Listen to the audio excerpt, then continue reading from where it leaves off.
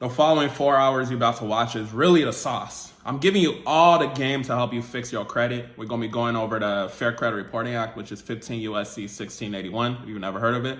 And then we're going to transition into the FDCPA, which is 15 USC 1692. So this is what you're going to use against the debt collectors as they're harassing you.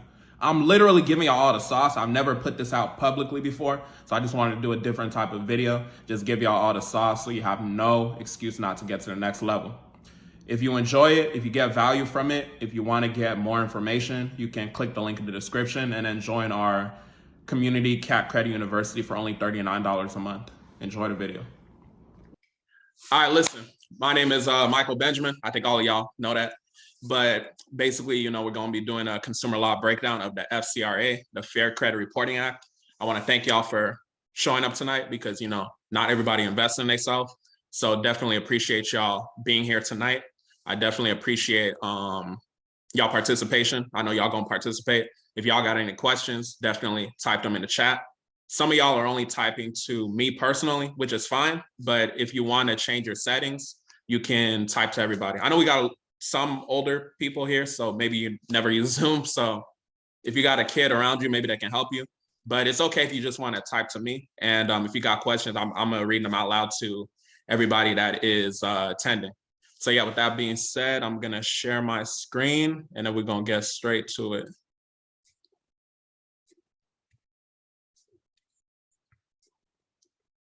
Let me know if y'all can see my screen. Type a 2 in the chat if y'all can see my screen. Type a 2 in the chat if y'all can see my screen. I just want to make sure y'all can see it. Let me make sure that y'all can see it. I know y'all can hear me. So I'm gonna need full participation if we gonna, move forward how we can. Can y'all see my screen? Type a 2. Type a 2. Type a 2 below if y'all can see my screen.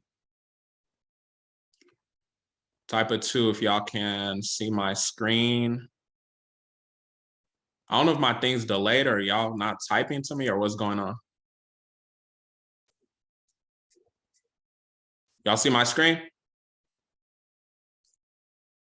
It says I'm sharing though, so I'm assuming that y'all can see it. Participation, please. Okay, 2. Okay, perfect. Okay, I think you can hear me now too. All right, so let's get straight to it. Okay, 2. Okay, cool. If you can't see my screen, get the recording.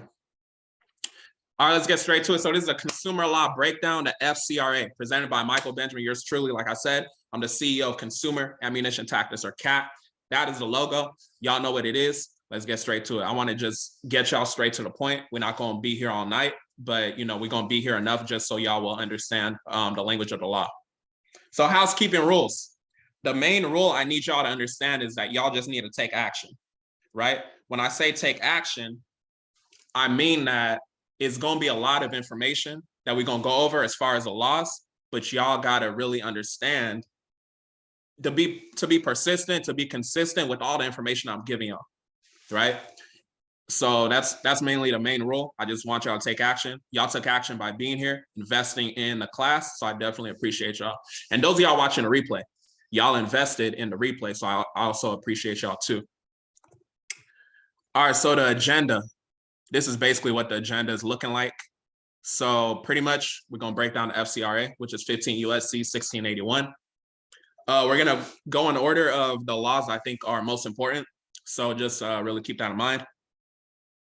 15 USC 1681, Congressional Findings and Statement of Purpose. If y'all want to screenshot this, you can screenshot it just to know what we're going to go across and cover. Then we're going to go into the definition section. The definition section is very, very important. It's very, very important in terms of y'all getting y'all deletions. So really keep that in mind. Then we're going to go to 15 USC 1681B, Permissible Purposes of Consumer Reports. Remember, these are not credit reports. These are consumer reports. Keep that in mind. Then we're going to go to 15 USC 1681C-2, which is a block of information resulting from identity theft. I want y'all to really be familiar with that section, and we're going to cover it. I'm going to let y'all know what I want y'all to take from that section, because I want y'all to really master deletions. As a result of everything y'all learning tonight or reviewing tonight, y'all can start your own credit business. You could host your own class breaking down the FCRA to people. So really keep that in mind. Then we're going to go into 1681N, which is a civil liability for willful noncompliance. Then we're going to cover 1681O, civil liability for negligent noncompliance. Then we're going to cover 1681S-2. I'm going to cover something that I like as far as like a second round dispute. A lot of y'all see what I be posting on social media. You probably saw the reel when I was talking about 1681S-2 in your second round. So we're going to cover that. So basically it talks about the responsibilities of furnishers of information to consumer reporting agencies. CRAs are basically Experian, TransUnion, Equifax, those people, right? So once we break down all the laws and the language of the law, we're going to go into a deletion letter example. I saw that some of y'all purchased some of the letters. Some of y'all purchased payment deletion letter. Some of y'all purchased the bundle. Some of y'all purchased the debt validation. So we're going to go over an example and just break it down a little bit even more, just so it really crystallizes in y'all mind. Then we're going to go over an affidavit of truth example. A lot of y'all DM me about affidavit of truth. So I decided we're going to include that here. We're going to go over just the components that's included in an affidavit of truth. We're going to move forward on that. Then we're going to go towards a process towards deletions. It's not, this is the only process, it's a process. So that's why I want y'all to recognize. So that's what we're going over tonight. All right, how do I move forward? All right, mindset. So this is where I need y'all to take action. When I say take action, take action. So I need you to write down on your piece of paper, on your notes, on your laptop, whatever you got for notes, right? Don't be writing it down in your mind. Write this down. I, and then insert your name, understand that everything I was taught about credit before may not have been true. And I promise to open my mindset to what I learned today. I, insert your name, understand that everything I was taught about credit before may not have been true. And I promise to open my mindset to what I learned today. Sign and then insert your signature. When you're done writing that down, say done in the chat. Let me know done in the chat. I'll give y'all like 30 seconds or something.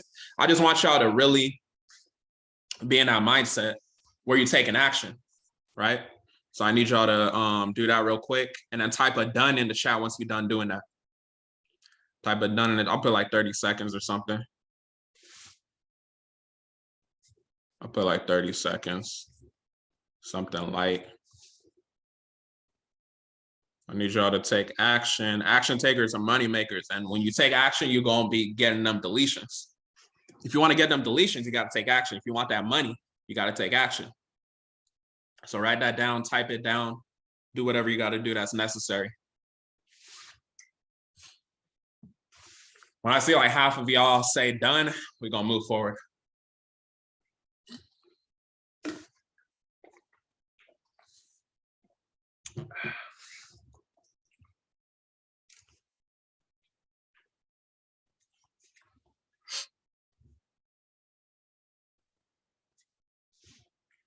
Y'all love typing the hosts and panelists.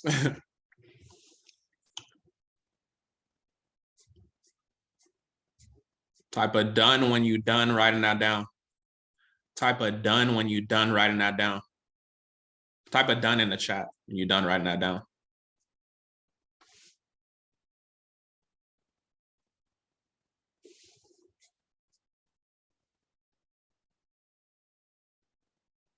Okay. Okay, we're gonna continue. All right, so any questions for me before we move forward? Just any immediate questions? I know we ain't covered the laws yet, but if y'all have any like immediate questions, definitely type them down below and let me know. Any immediate questions? Let me know if y'all have any immediate questions. Any immediate questions? Let me know. Will there be a replay? Yeah, when you went to actually buy the class, there was an option to purchase a replay. If you didn't purchase it, you'll still have an option to purchase it. So yeah, just keep that in mind. There will be a replay.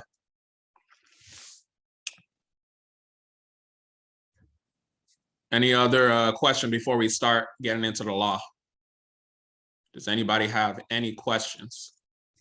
Any immediate questions?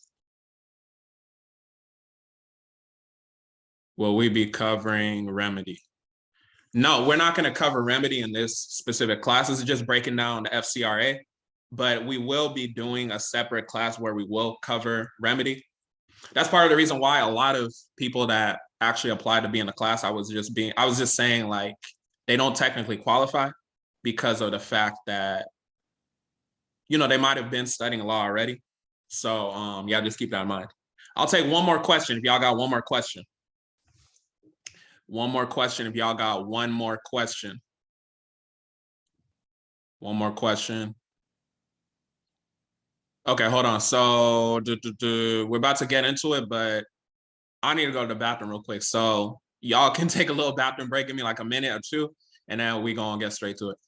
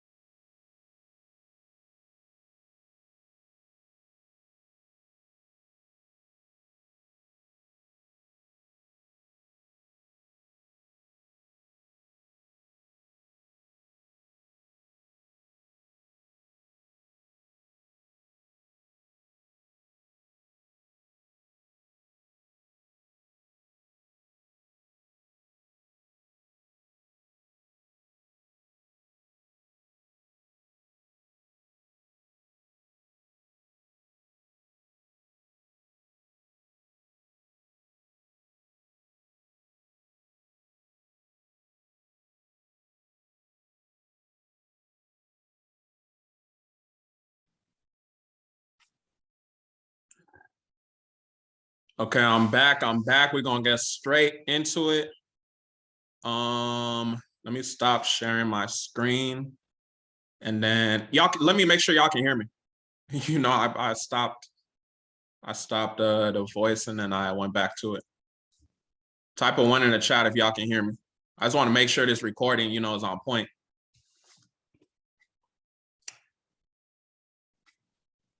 Type a 1 in the chat if y'all can hear me. Where my Zoom at? Okay, let me. Okay, actually type a 1 if y'all can see my screen. If you see 1681, 15 USC 1681. We got some West Coast people, we got some East Coast people. East Coast people seem like y'all sleeping. Type a 1 in the chat if y'all can see my screen. 15 USC 1681. Type a 1 if you can see. 15 USC 1681. Okay, you can see 15 USC 1681. You can hear me. Okay, cool. 1. Okay, 1. Okay, y'all love that host and panelists. All right, so we're gonna get straight to it. So 15 USC 1681. This is the Fair Credit Reporting Act. Fair Credit Reporting Act, right? This is Congressional Findings and Statement of Purpose.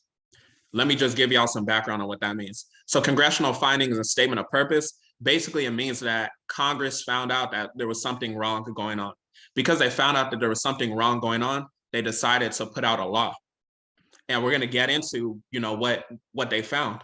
And this is really giving y'all the background to understand your power as a consumer within this United States corporation. When we say this United States corporation, you understand that the code, or you should understand, is 28 USC 3002.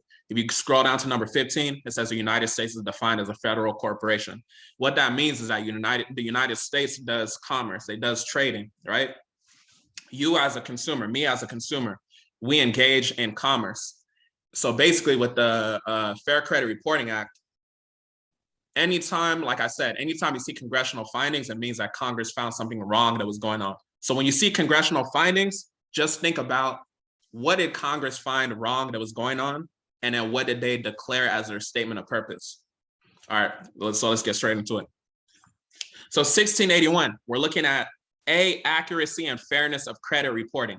Accuracy and fairness of credit reporting. We can't even move forward yet. We got to break that down right away. The average person would just look at that and then they just gonna continue reading. Okay, accuracy and fairness of credit reporting. What does it mean to be accurate? Type in the chat below what you think it means to be accurate. What is something that is accurate? Type below what you think is accurate. Type below what you think is accurate. Type in the chat.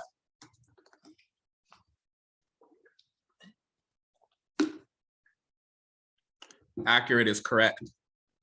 Okay. Anybody else? So accurate is correct, right? So that is the definition. But when it comes to, okay, somebody said perfect.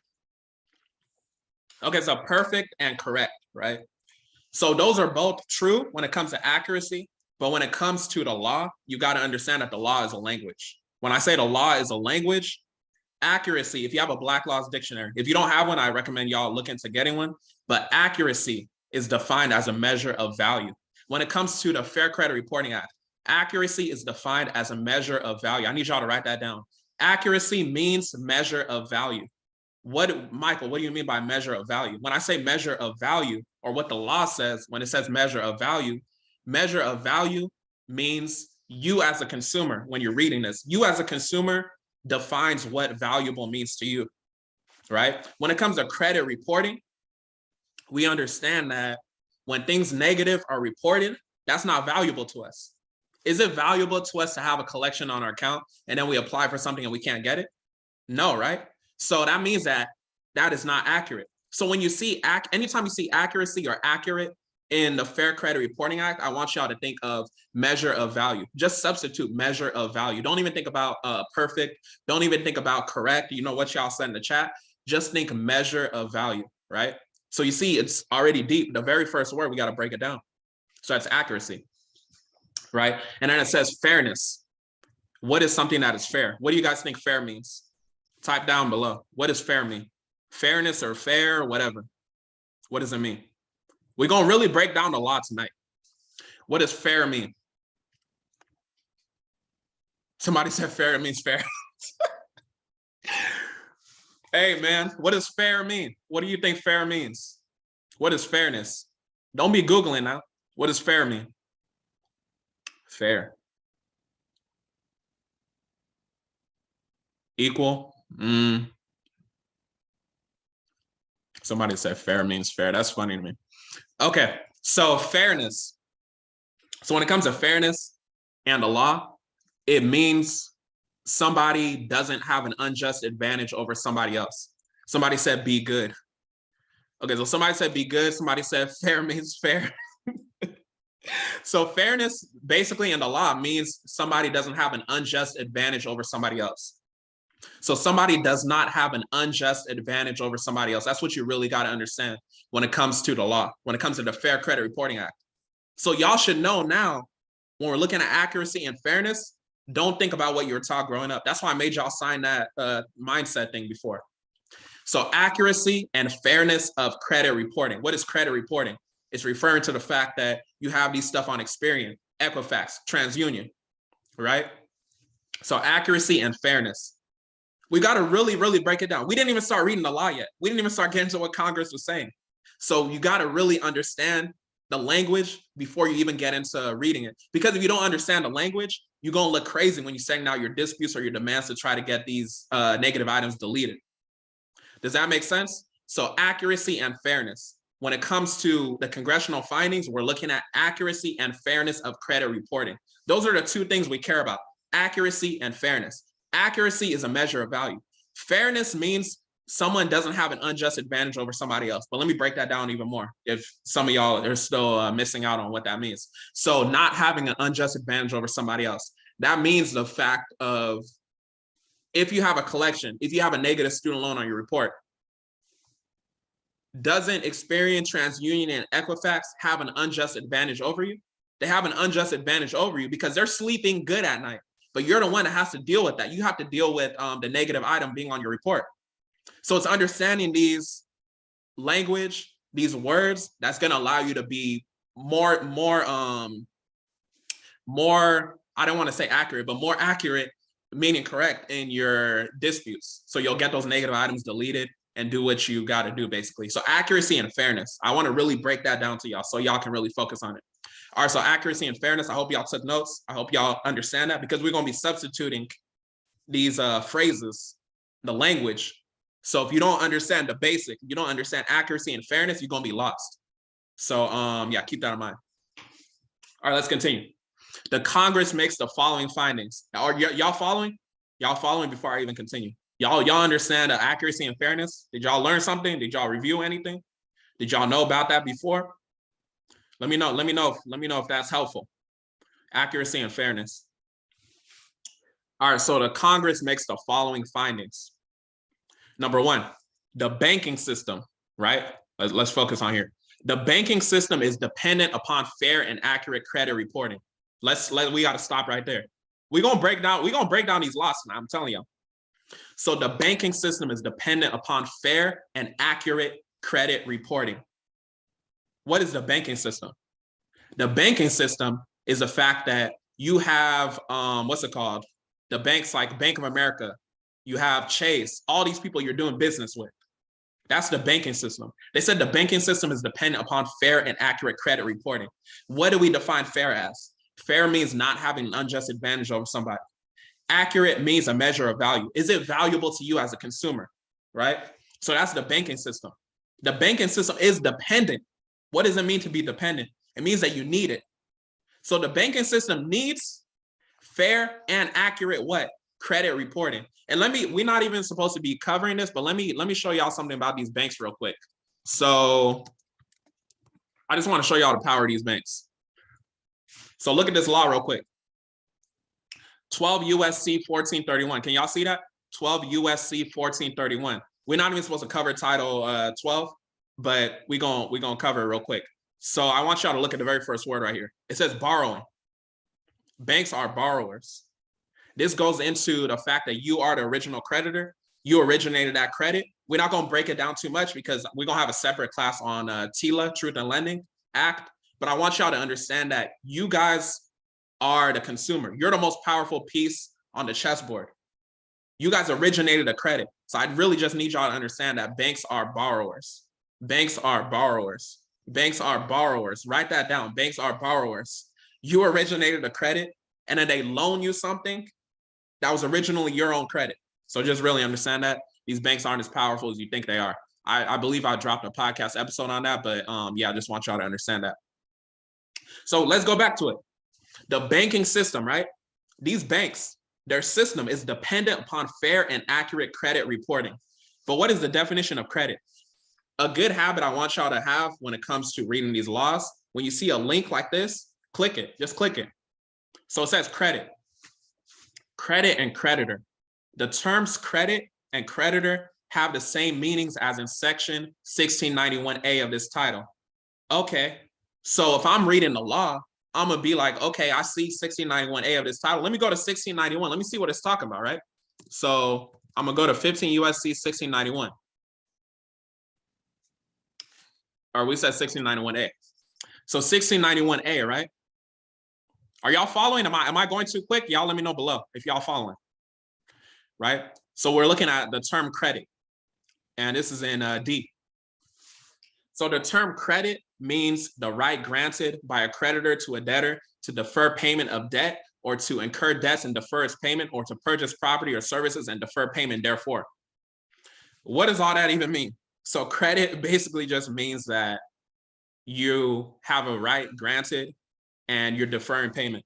But the most important part I want y'all to really understand from that definition is right. Credit is a right. Credit is your right. Credit is my right. It's your right. Somebody can't take something that's your right from you. So how are they going to tell you you could be denied from something? That goes into adverse action. I dropped a podcast episode on it. Y'all can go listen to that if y'all want. But I want y'all to understand that credit is your right. Credit is your right. That's the main thing I want y'all to understand from that. So we said the term credit means the right granted, but it says by a creditor. What did I tell y'all earlier? When you see a hyperlink like this, just click on it, right? The term creditor, let me go back. So the term creditor is just right after, right? So the term creditor means any person who regularly extends, renews, or continues credit. I'm gonna just stop there. We're not even gonna read the whole thing because we're gonna get back to the FCRA, but you see right here, any person, right? So let me click on person because I want to know what that means too.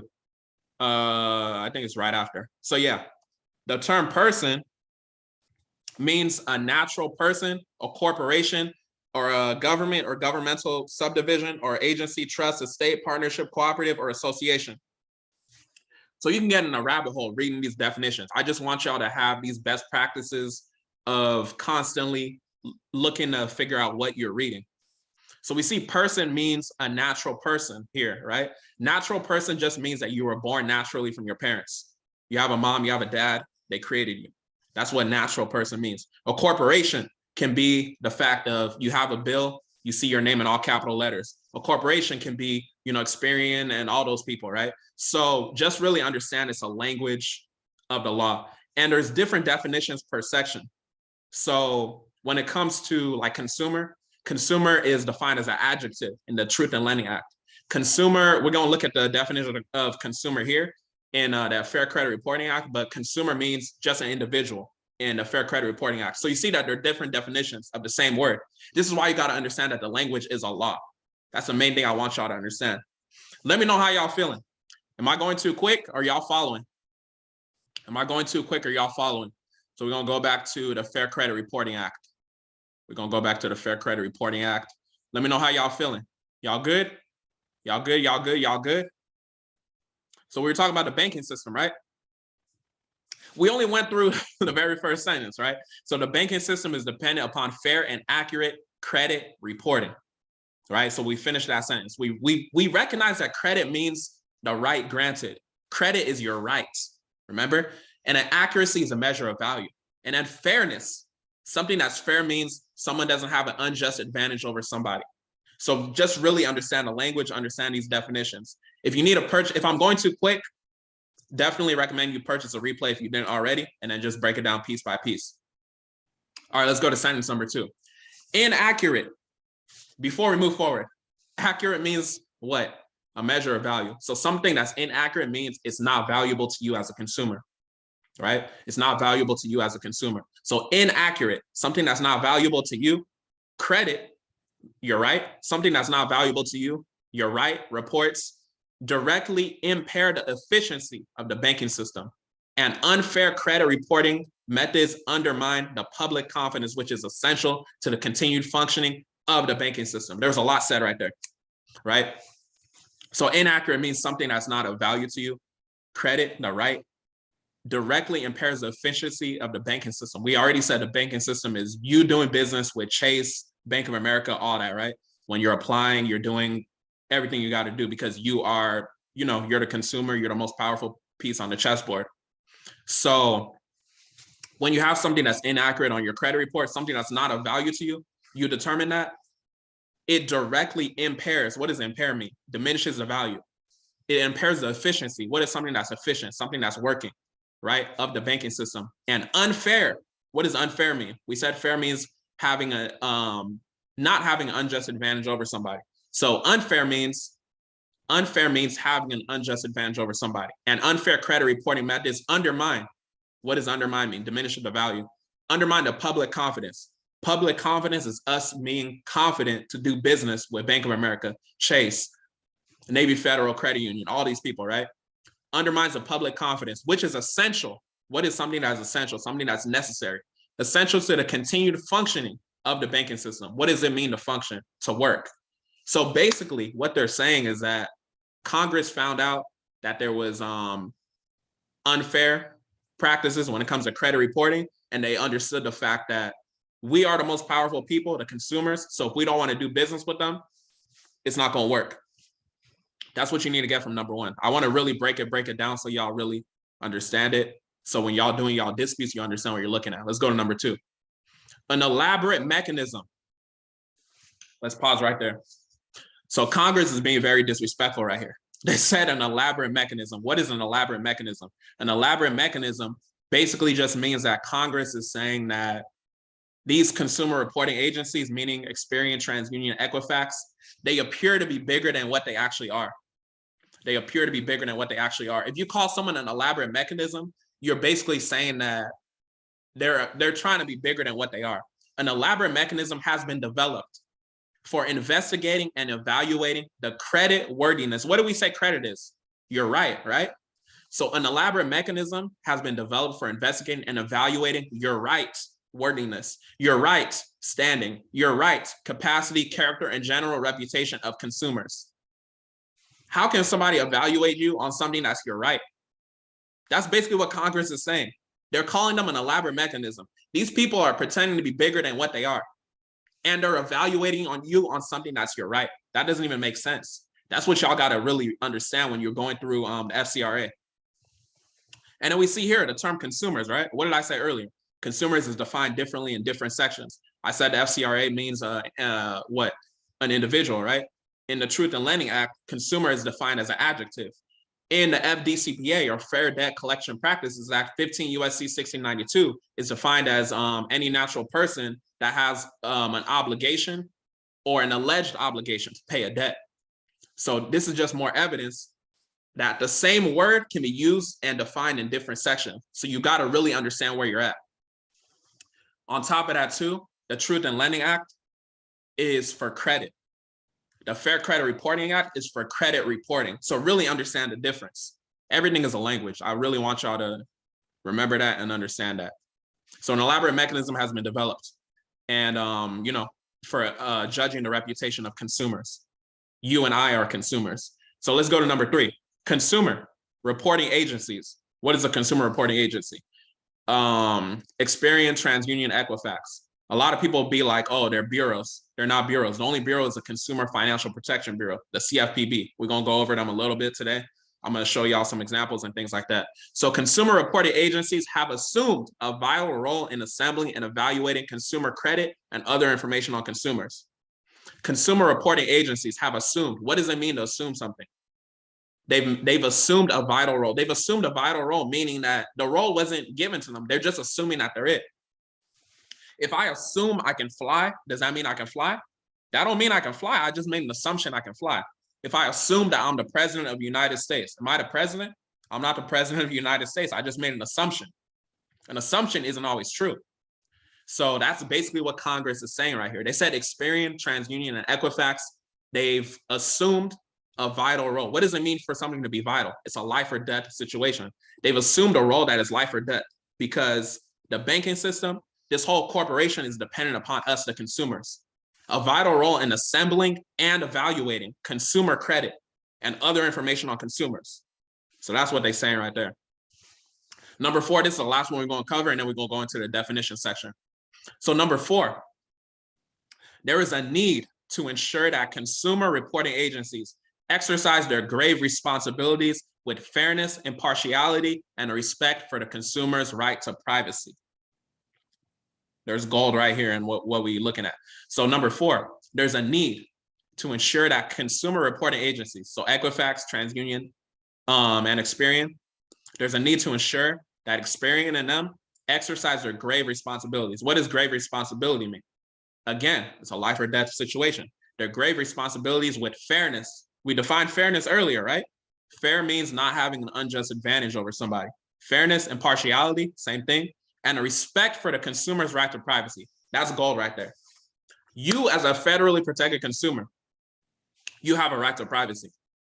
So we're going to get into as far as like the weapons I would use when it comes to issuing your demand in your dispute letters, but there's gold right here.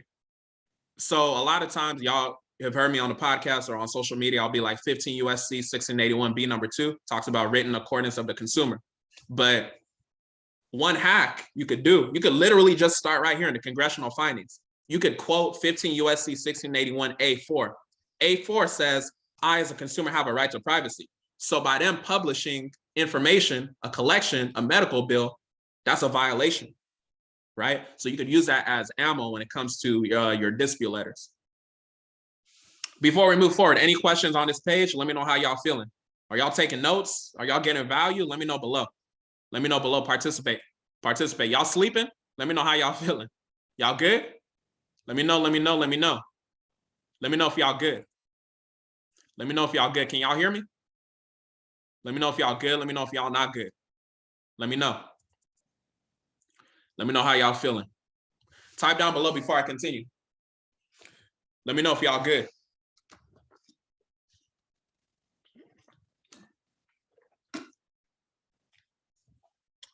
Y'all good? That was a mouthful. Let me know if y'all got any questions about this section so far. Any questions? Any questions? Let me know how y'all feeling. Okay, good. Y'all ready to move forward? All right, we're gonna go to the definition section. All right, so 15 USC 1681A, definitions. Definitions, rules of construction. So we're gonna go over the main definitions that I think you should know, and then we'll move forward from there. So basically, the term person means any individual, partnership, corporation, trust, estate, cooperative, association, government or governmental subdivision or agency or other entity. The term person means any individual. What does any mean? Any means no restriction. When it comes to law, you got to understand that any means no restriction. There's no restriction to what we're talking about. That's why I want y'all to understand. Any individual, right? Person means any individual. So any individual can be you. Any corporation can be Experian, TransUnion, Equifax. Y'all got to really understand the definitions when it comes to you know, what we're talking about. The term consumer means an individual. Remember, I said consumer means different in different sections. So really understand what you're reading when you want to construct your demand. So consumer report. The term consumer report means any written, oral, or other communication of any information by a consumer reporting agency bearing on a consumer's credit worthiness, credit standing, etc. Right? The main thing I want y'all to understand right there is your consumer report is basically like your credit report. So really understand that too. And then what I want y'all to really understand is the exclusion section. So if you see exclusions right here, we're going to read the exclusion section and look at one of them. So except as provided in paragraph 3, the term consumer report does not include. Last time I checked, does not include means it's not supposed to be included. So the term consumer report does not include, right? Does not include. It does not include a report containing information solely as to transactions or experiences between the consumer and the person making the report. Remember, it's definitions. Between the consumer and the person making the report.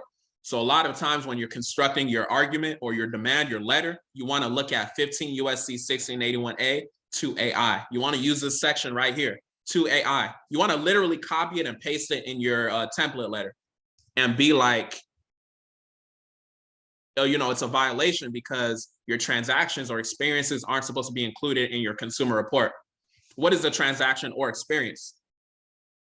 An experience is a fact that you took out a credit card with Chase. Why is it being reported to Experian, TransUnion, and Equifax when you have a right to privacy as a consumer? So that's an experience. The fact you apply for something, you have an inquiry, a hard inquiry, that's an experience. That's not supposed to be included on your consumer report. So that's a violation right there. So in your very first letter, you can use 15 USC 1681A 2AI in your dispute, and I can help you move forward as far as, you know, your argument. So keep that in mind. All right, so that's 2AI. I want y'all to realize that. And then B. So 15 USC 1681A 2B. Remember, we're still in the exclusion section. So it means what's supposed to not be included in a consumer report, right? So any, when you see any, the word any means no restriction. Any authorization, or when you see the word or in law, it means you can choose either side you want to be on. Any authorization or approval of a specific extension of credit directly or indirectly by the issuer of a credit card or similar device. So when it comes to credit card, the term credit card has the same meaning as in section 1602 of this title. So that's truth in lending. We're not supposed to be focused too much on truth in lending, but I just want to show y'all, you know, the definition section. I want y'all to be in a habit of going to these sections when you see a new word and just read what it says. So 1602L is what a credit card is defined as. It just basically means any card, plate, coupon, book, or other credit device existing for the purpose of obtaining money, property, labor, or services on credit. So any card, any means no restriction, like I said. Your license plate is a credit card. Your social security number is a credit card, right? That's the whole point of that. Your social security card or social security number meaning that was what you used in the transaction when you're able to get that credit. That's what they're talking about in the exclusion section.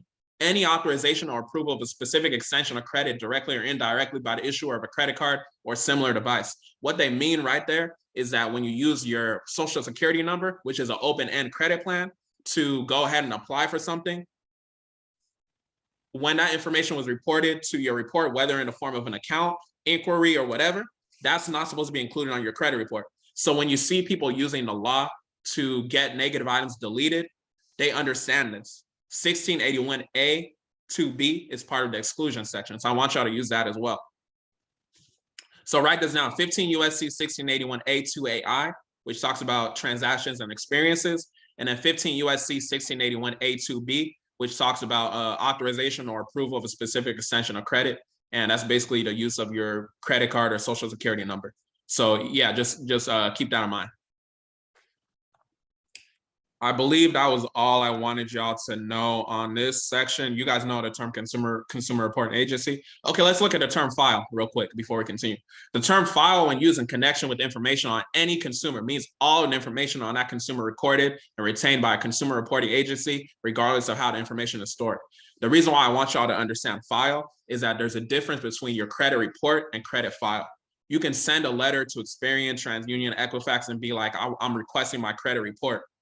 But you can also request your credit file. Your credit file has more information on you that they have on you.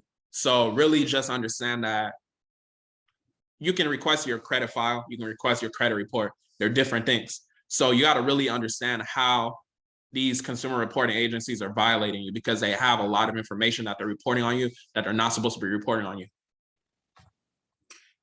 I think that was all I need y'all to understand in this section. Yeah, that was all I need y'all to understand in this section. So the next law we were going to go to, I think it was, it's B, 1681B. So let's see if they'll allow me to move forward. Let me know how y'all feel in the comments. Y'all good? Y'all following? Okay, they starting that nonsense now. So I got to go over here. So y'all good? Y'all following me? Any questions? Let me know if y'all good. Let me know if y'all good. If y'all following me, y'all sleeping, let me know. Let me know in the comments below. All right, so 1681B, permissible purposes of consumer reports, right? Permissible purposes of consumer reports. So when I said we're going through sections, I just want y'all to go through the main things I want y'all to know. The main sections I want y'all to know. So permissible purposes of consumer reports. Remember, your consumer report is your credit report. So the main section I want y'all to know is literally right here. Subject to subsection C, any consumer reporting agency may furnish a consumer report under the following circumstances and no other, in accordance with the written instructions of the consumer to whom it relates. What does that mean?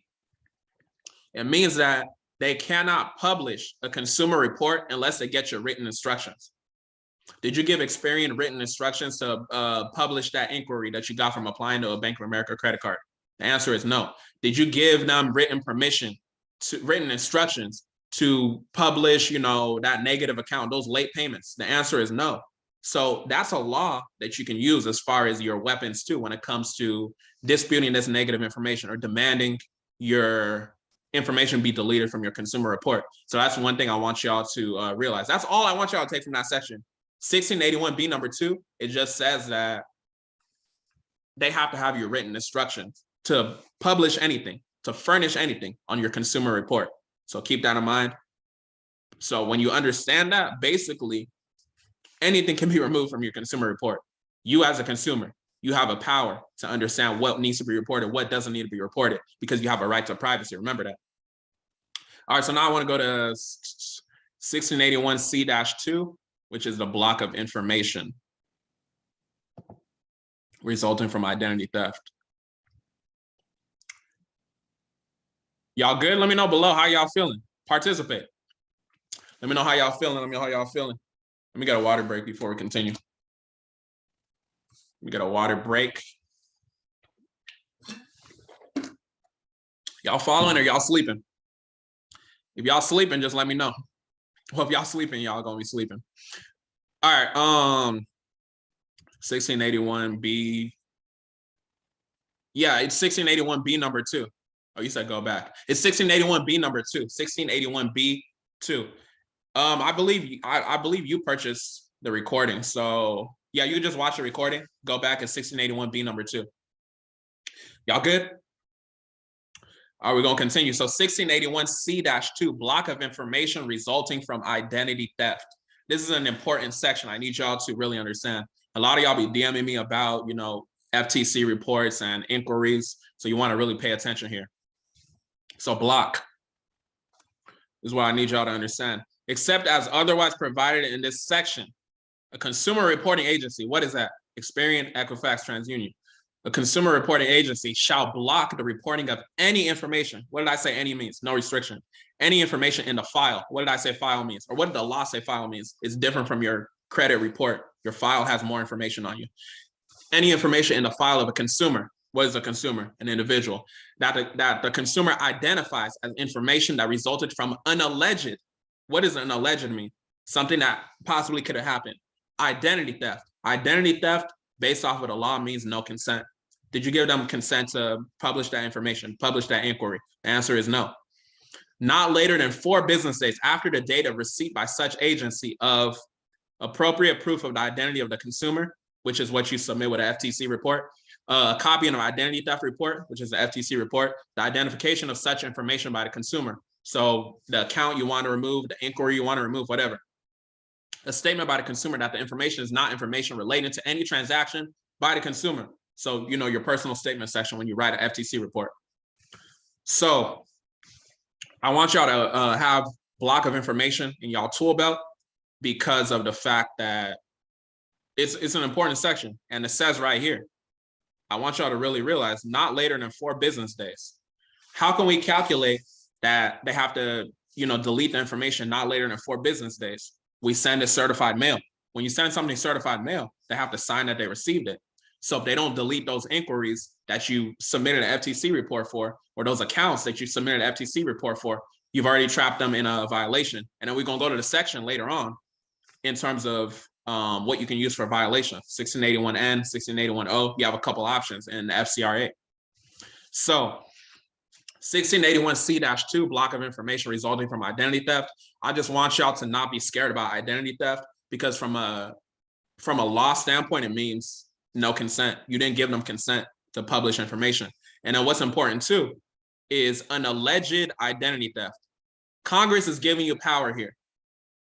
Even if it wasn't identity theft, it's alleged identity theft. I can't tell you what's an alleged identity theft. Me personally, if I go apply for something tonight, let's say I go apply for a credit card with Navy Federal tonight, I get an inquiry on my TransUnion consumer report. If I want to remove the inquiry, that's an alleged identity theft, right? I know I did it, but that's an alleged identity theft. So y'all got to really understand the language that Congress is throwing you. Congress is giving y'all, they're throwing y'all an alley-oop. You just got to dunk it. You just got to understand the language. So really understand that. And that's going to help you with your demands. So I encourage y'all, if all of this is a little bit fast for you, just watch the replay and then you'll be able to master it and master your deletions. So really understand, not later than 4 business days. If it's a 5th business day, bring them to 1681C-2. Let them know that, right? When I was getting cars for Turo, y'all know I do cars for Turo, and I was getting a lot of inquiries because I had financing through Bank of America for business, but then I was at a place where I had to get it in my personal name. So the Bank of America business auto loan approval that I had didn't work for that particular situation. So I had to run, the credit or whatever, but I already knew I could remove the inquiry. So I just let them, because I like to test out different things. So once that happened, I submitted a FTC identity theft report. I understood the block of information, and I called them once they received it. I literally read the law to them, and luckily for them, they didn't do a violation because it was gone within the 4 business days. But sometimes it takes breaking down the law to these people to let them know, what it is. So really just put this in your tool belt, and that will help you move forward. What was the next law I wanted y'all to understand? C-2. Okay, yeah, we're going to the remedy section. Someone asked earlier, are we covering remedy tonight? We're not covering remedy, but we're gonna go over the section you can use. because I don't want to overflow y'all with information, and we can do a separate class on remedy. So we need debt collectors and things like that. We're gonna save all that for the mentorship though. But you know, just keep that in mind. All right, so 15 USC 1681N, civil liability for willful noncompliance. Before I continue, any questions? That's me wanting to take a water break. I'm talking like crazy. Any questions?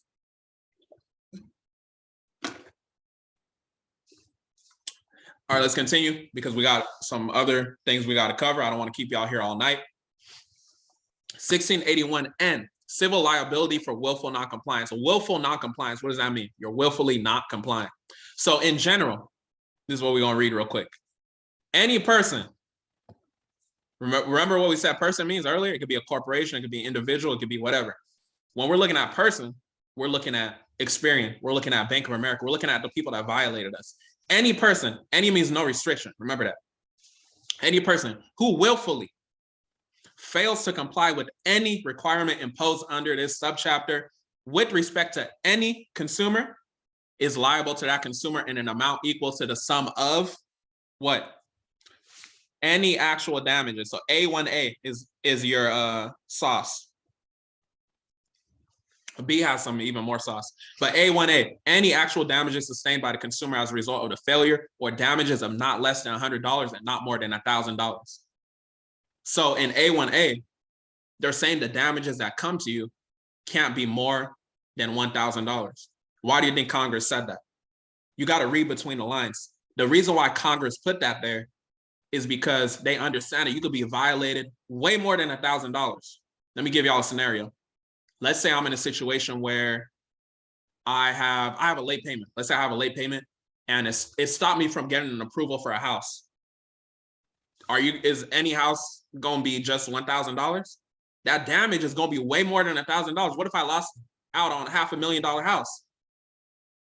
So Congress, by putting that A section, they understand, they limited, the damage because they understand the fact that you gonna sustain damages that are greater than $1,000.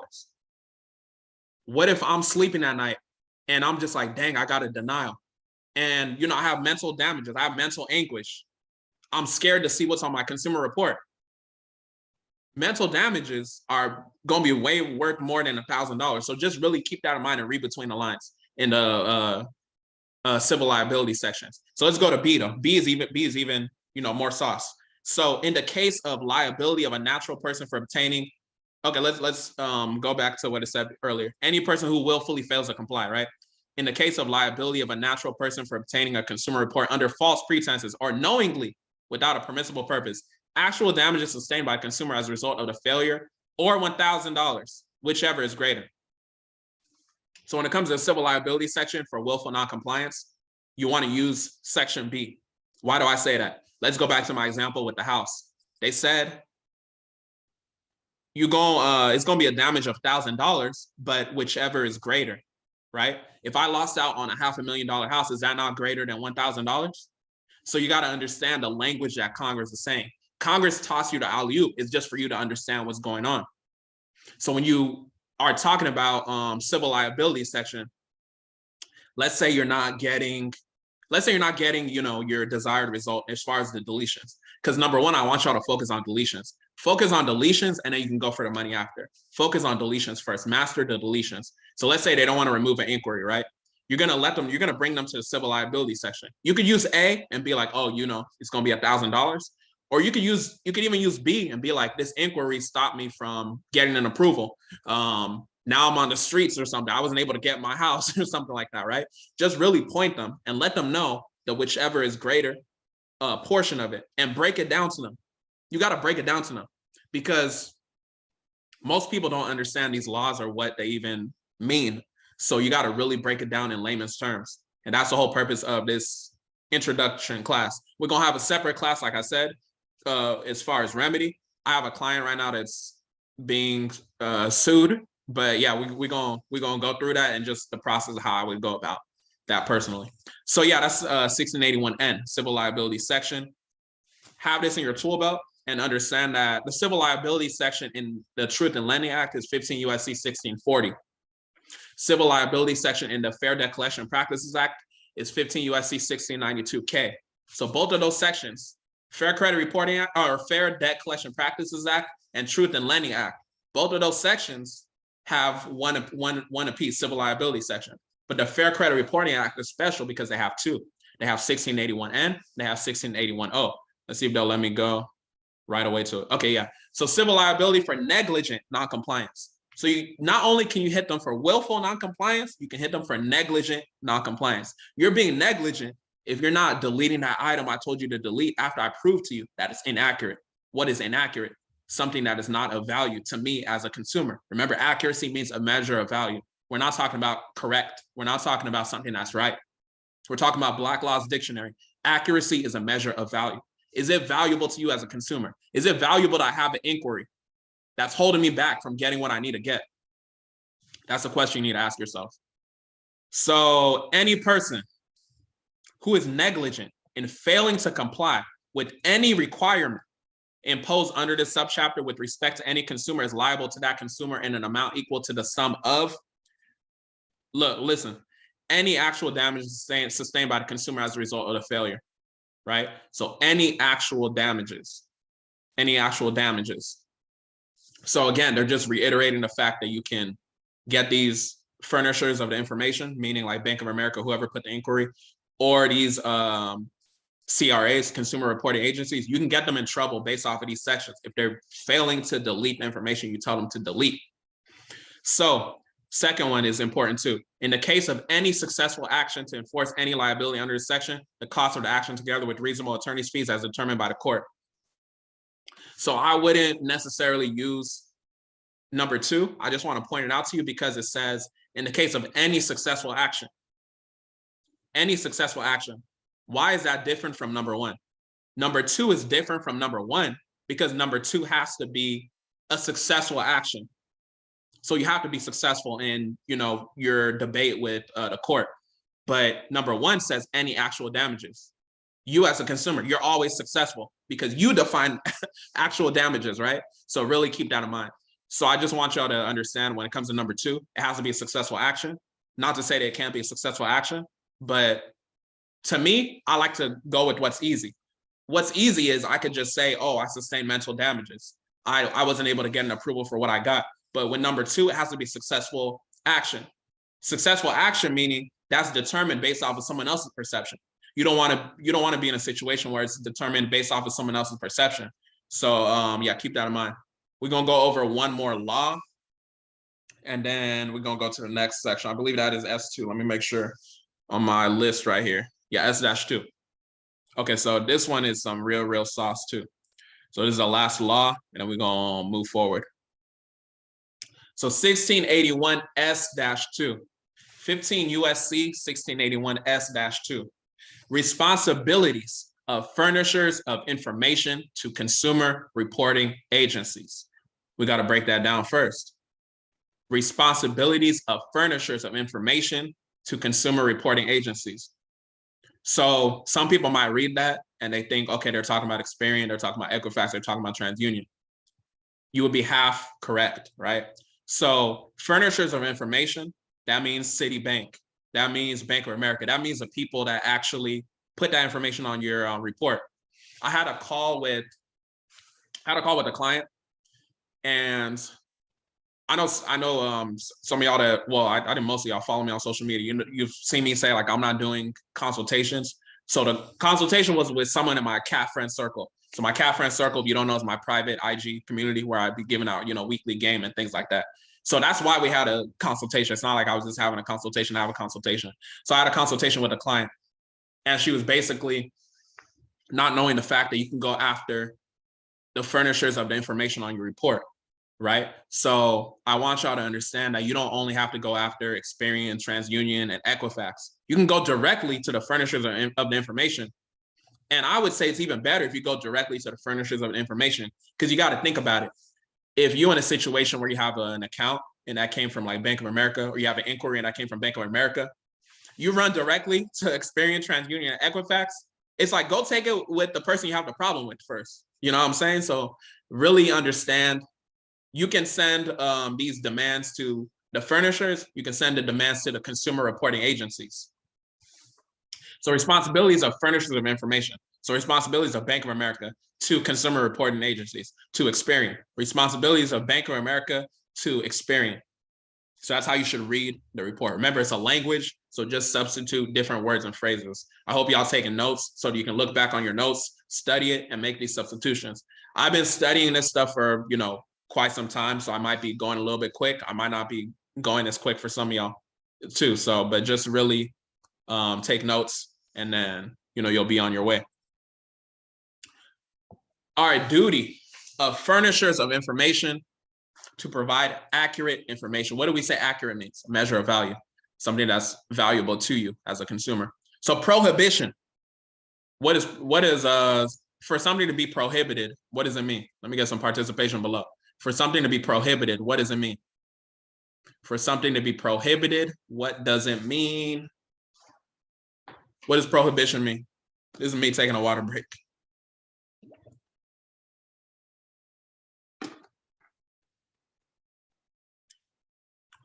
Isn't allowed? Perfect.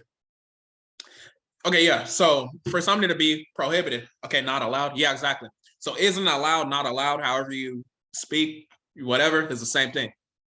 So for something to be prohibited, it means it is not allowed. It is not allowed. So reporting information with actual knowledge of errors. Let's get it.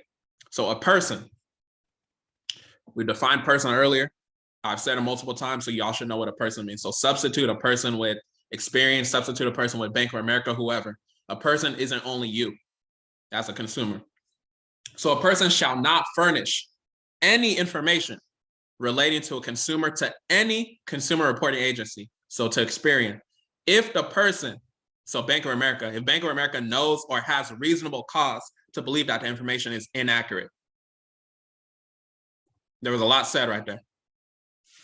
So basically says Bank of America, Chase, whoever you have a problem with, they can't furnish any information to Experian, TransUnion, Equifax if they know that the information is inaccurate. These furnishers of the information, they have the ability to remove, this inquiry and all that stuff from reporting. So really attack the furnishers of the information. Take the problem with who you have the problem with. It doesn't always have to be Experian, TransUnion, and Equifax. You can just send to them as extra measure for a paper trail if you want, if it goes deeper than what it needs to be.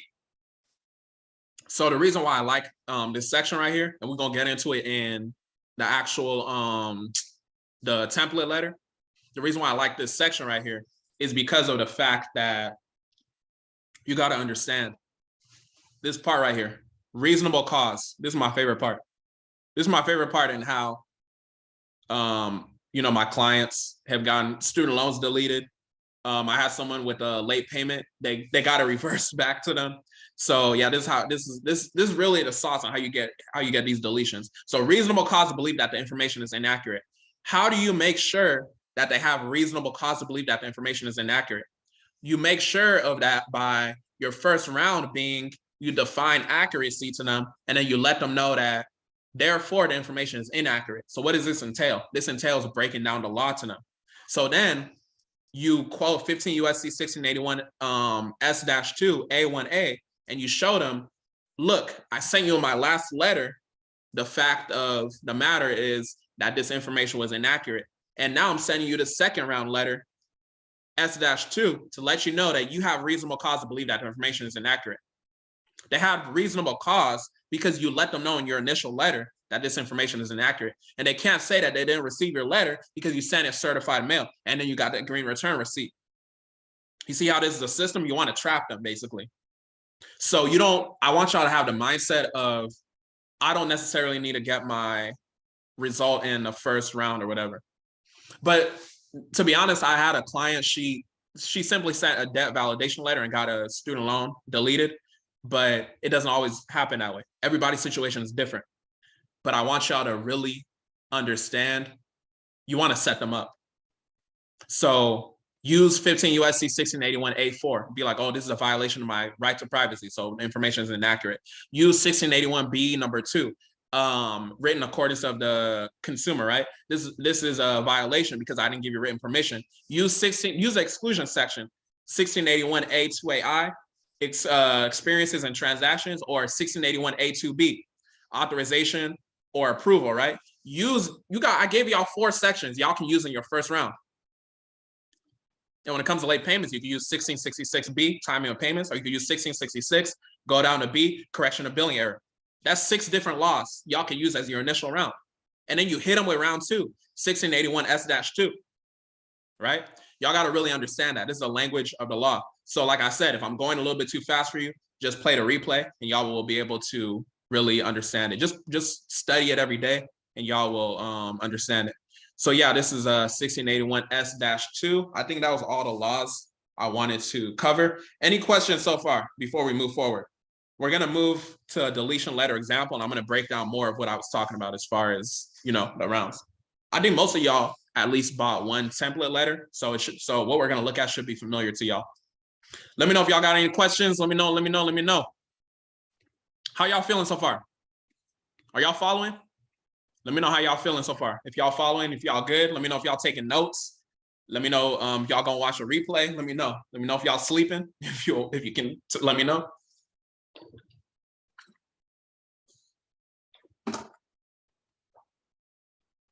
Let me know. Let me know how y'all feeling, or if y'all got any immediate questions. Let me know. Yeah, we're about to look at the template letters. Where can you purchase the template letters? So when you purchase the class, basically there were order bumps when you scroll down and they had deletion letters. I don't know, maybe you scroll past it. But if you go to catactisllc.com, we also have deletion letters, so you can go ahead and get deletion letters over there. And that should help. How do I remove a late payment? That is the only thing holding me back. Okay, so with a late payment, we're gonna go over the template letter, and I'll give you an example. But what I've seen, like I said earlier, one of my clients, she literally sent a debt validation letter, or I think that was for a student loan. It might have been for a student loan. She sent a debt validation letter and got it, removed. So just really understand everybody's situation is different. But if you figure out that, you can't do it by yourself, you can go to catactisllc.com. You can book a free credit repair consultation. We will get you handled and, go on about that. Feeling good? Okay, good. Got a lot of notes. Okay, good. That's perfect. I hope you study the notes. And I remember you purchased the replay as well. And I think you might have got the bundle. Did you get the bundle? I think you got the bundle too. Okay, so we're gonna look at the example. Majority of y'all are doing to hosts and panelists. I hope y'all know that you're not typing to everybody, which is fine, but ain't nothing wrong with that. I just want to let y'all know. Okay, let me get out of here. Okay, so the deletion letter example. So a couple of y'all already got this, but this is basically how I would construct an example deletion letter. So now that we understand the law, we understand the language of the law, we don't want to make it too deep. We just want to send them a simple letter to get this deletion letter removed. Do I always have to send an affidavit of truth? Okay, we're gonna get into affidavit of truth, but you don't necessarily always have to send an affidavit of truth. I'm gonna cover that in a little bit. So you're getting ahead of me. Relax. No, I'm playing. All right, so first of all, you want to put your name, your address, all that, and then you're going to put the date, and then you're addressing to Experian or the furnisher of the information, whoever you want to address. So what I would put is to whom it may concern, and then I would put I received a copy of my insert your report, whatever it is. It could be Experian, TransUnion, Equifax, whatever you got a problem with. And I noticed you're going to insert the negative item that needs a deletion. I noticed this that needs to be corrected. They are as follows. Put down the account number, put down the account. Very, very basic information. You're literally letting them know. I noticed something on my report. This needs to be deleted. and we're making a demand. We're not making a request. This is a demand. I want y'all to have that mindset. So then you immediately let them know your company is in violation of the Fair Credit Reporting Act, otherwise known as 15 USC 1681. One thing I want y'all to know too, with template letters, I don't want y'all to just copy what it says verbatim. Plug in your own words. Template letters are meant to be a guide in terms of how you should do it. And I used to actually not even sell template letters just because I was, worried that people would just copy it verbatim. And I had these template letters for a while, but it's just that when I was on consultation calls, I would just tell people how I would, construct it. But y'all getting the information as far as looking at it here. And I know some of y'all purchased them already. So I just want y'all to be responsible with how you actually use the template letters. So let them know they violated the FCRA. Then what the best practice that I like to do is literally copy the law and break it down to them. So this is a round 2 letter that we have as an example. You see it's S-2, responsibilities of furnishers of information and consumer reporting agencies. I would say the law clearly states and then publish it, right? Copy and paste it. Does that not look familiar? We just talked about prohibition. Don't make it too deep. So then I'll explain it to them, right? So like I said, this is an example of a round 2 letter. So let's say we sent our first round, we sent a debt validation, we sent, just for the sake of example, we use 1681B number 2 in our example for round 1, saying that our late payment needed to be removed because we didn't give them written instruction. Or we use 2AI because that was an experience or transaction between us and, the person. So this is round 2, like I said. So clearly, prohibition means something that is not allowed. This law says a person, you in this case, shall not furnish any information relating to a consumer to any consumer reporting agency if the person knows or has reasonable cause to believe that information is inaccurate. So you're just letting them know what they're doing. You want to coach them through, the law. Somebody asked, why are there highlights? Okay, I should have said that too. So as far as the highlighting, the reason why I'm highlighting is when you're sending dispute letters to Experian, TransUnion, and Equifax, there's something called the e-Oscar system. The e-Oscar system means that when your dispute or your demand is sent over to them, they have an automated system, an automated system that scans your letter. And our whole goal is to get our dispute to a human being. How can we get our dispute to a human being as best as possible? What we could do, we could throw them off by highlighting random phrases and words and things like that. So that's really the reason why I'm putting the highlights, because I want y'all to bypass the e-Oscar system, get directly to Experian, TransUnion, or Equifax, or whoever you're dealing with. Because you got to realize it's billions of consumers. They're not going to be reading your dispute all the time. But most people don't understand the fact that there is an e-Oscar system. So most people are going to get that automatic thing of, oh, this information is verified. Whole time it wasn't even a human being that looked at your letter. So you want to really think about what are tactics, consumer ammunition tactics, that we could use to bypass the e-Oscar system. So that's why there's a highlight. That was a great question. All right, so then you walk them through it. Accuracy is defined as a measure of value. We talked about that.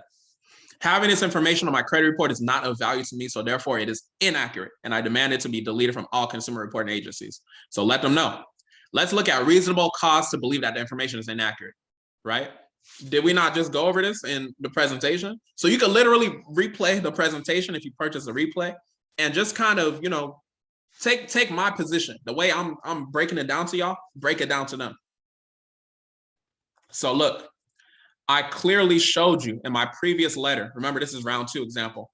In my previous letter that you received via certified mail. This is why we sign certified mail, because they can't lie. Oh, I didn't receive it. They have to sign that they received it. That you have reasonable cause to believe that the information is inaccurate by me clearly defining accurate and what it means to be inaccurate and pointing out the laws that you violated. Therefore, the information being inaccurate, right? So this is just an example. And then while we're at it, right? While we're at it, pursuant to 15 USC 1681A4, like I told y'all can go as simple as just going to the congressional findings. This is where it states Congress makes the findings. There's a need to ensure that consumer reporting agencies exercise their great responsibilities with fairness, right? But the most important part is the respect for the consumer's right to privacy. So once you say that, remember, a lot of these people, they don't know what the law is. They dumb, so you got to break it down to them. So clearly my right to privacy as a consumer has been violated by publicly reporting this information when I never gave your organization permission to report my information. Right, that's a mouthful. Keep that in mind. All right, so, remember, this is a round 2 letter. So now what you could say is, you don't got to say, remember, this is a guide. This is getting out of hand. So if you continue failing to follow the law after I've clearly showed you that you have reasonable cause to believe that the information isn't, in fact, inaccurate, this matter will result in legal actions being taken against your company, and I will be seeking $1,000 for violation of the following. So that would be 15 U.S.C. 1681N, civil liability for willful noncompliance, 15 U.S.C. 1681O, civil liability for negligent noncompliance. So they're willfully not complying and they're being negligent in their noncompliance as far as them not removing the late payment that I am demanding that they remove, because I've showed them and proved to them that they have reasonable cause to believe that the information is inaccurate. Therefore, it must be deleted from all consumer reporting agencies. That is what is going on in this whole scenario. And furthermore, you could even copy and paste 1681N. I didn't do that in this example, but it's something that y'all could do just to show them. Remember, I said earlier, any actual damages, any damages could be your mental health, damages could be you getting denied, damages could be anything. And you just point out the fact that they're in violation of $1,000 per violation. Remember, I said in a separate class, we're gonna walk through the $1,000 per violation. I saw somebody ask, how do we get the money from them? We're going to walk through that in a different class, but I want y'all to really, really focus on getting these deletions first. Let's focus on the deletions, and then we'll get the money after. All right, so then what I would do to end the letter, it doesn't matter how much time you give them. You can give them 30 days or whatever, but I just put an example. You could put, you have 14 days to respond upon receipt of this letter to delete the reference items and send me a new letter, notify me that the information has been deleted from all consumer reporting agencies, and also mail me a copy of my report, right? So you as a consumer, remember, you're giving them instructions. So when it comes to like debt, when it comes to Fair Debt Collection Practices Act, we're not talking about that today, but just for the sake of my example, you could literally send them a cease and desist and tell them, when it comes to like a collection or something, you could tell them to stop contacting you because you're trapping them in a situation. You tell them to stop contacting you. If they continue contacting you, that is a violation because you have a right to privacy. I've shown you like 18 times you have a right to privacy. So keep that in mind. And then you'll end it with best regards and your name. And a best practice is you want to always have a copy of your ID and a utility bill showing your proof of your address, your current address, right? So you want to also mail that with your demand, because a lot of times these consumer reporting agencies do things that are called stalling tactics. So if you don't send your form of ID, they might be like, oh, it's not you. We're still looking into your case. We need proof of, whatever. So because they're going to do that a lot of times, just send them your identification right away. We want to give them no excuses, right, to move forward with the process, because you got to understand that credit takes time. So if we can minimize the amount of work we got to do, the better we'll be within our situation. So that's an example of how I would walk through a demand. This is how, my clients have gotten negative items deleted. And this is how you're going to get your negative items deleted. And one thing I'll say that's worth mentioning too, because I was on a consultation call too with this girl, and she was basically saying how she was tired of, sending letters after letter. Why is it not working? She got a couple of bureaus off, but I said bureaus. When we talk about the language, you know what I mean, Experience, TransUnion, Equifax. So she got a couple of the consumer reporting agencies off, but it was one of them that wouldn't budge. I want y'all to have that mindset. You got to be consistent. Not only do you have to be consistent, you got to be persistent. I had a client, she went like 7 rounds just to get an item deleted. So imagine if she was like, oh, I'm doing 5 rounds, it doesn't work. Or I did 6 rounds and it didn't work. All she needed to do was 1 more round. So when it comes to sending these letters, whether you're sending like an FTC report, one hack I'll say is you want to send the same thing you're sending and then send a new one. So let's say you send an FTC report, 14 days later, I would send a new one, but maybe 10 days later, I'd send the same one just as a reminder, just constantly be in the flow of it. I covered it on the podcast, I don't remember what episode it was, but just binge listen to the podcast and you'll hear what I meant by that as far as the FTC example. Any questions based off of the template letter? Let me know.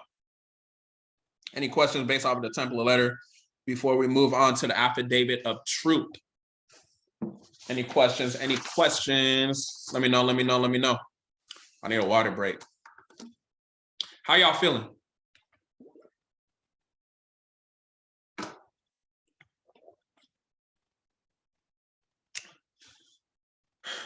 I know most of y'all that's in here got the template letters. I know a couple people that weren't able to make it tonight also got the template letters.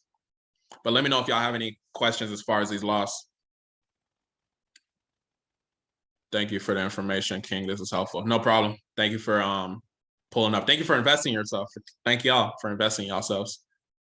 Okay, we're gonna move forward to the affidavit of truth example. Hopefully y'all not tired. All right, so affidavit of truth example, very simple. There are 6 parts to an affidavit of truth. That's all I want y'all to realize. So we're gonna cover the affidavit of truth, then we're gonna cover the process. And then, you know, we're gonna cover a little bit extra resources. And then if y'all got any last minute questions, we'll cover that and then we'll be out of here. So you can take a screenshot, you could do whatever you gotta do with it. But affidavit of truth, number 1, has a title. Number 2, statement of identity. Number 3, statement of truth. Number 4, statement of fact. Number 5, affiant facts. And then number 6 is a notary seal. So basically, with the title, I like to be very, very simple. So you could literally put affidavit of truth, right? Don't got to be nothing serious. So statement of identity. Statement of identity is who you are, right? Do you have an affidavit of truth example to send us? So not technically, but I could put something in the CAT Credit University, like a template letter. That's a good question. I don't even know why I didn't have an example already in there. But I'll type a little bit here, and then y'all can use that. But I'll have a more polished example in the Credit University. That's a great question. Thank you for asking that. So statement of identity is basically who you are. So the way that I put it, I have my example here. I usually just say notice to all. I am, and then you could just say, a natural person. I am the natural person. Your original creditor when it comes to Truth in Lending Act. That's a whole different conversation. Consumer. And then you could say, given the name, surname, let's say John Doe or something, right? So it's really just who you are. And then I would end it with, and I have been appointed and accept being the executor, both public and private, for all matters proceeding, right? So you're basically establishing who you are. Statement of identity. That's what number 2 is. So number 3 is statement of truth. So statement of truth is basically because affidavit of truth, you can't lie in it because you're under penalty of perjury. It means that it's illegal for you to lie on affidavit of truth. So with statement of truth, you're basically, you're saying that you're not going to lie. So this is how I'd write my example. Whereas I, of age of majority, give this notice to all. I make a solemn oath to the Most High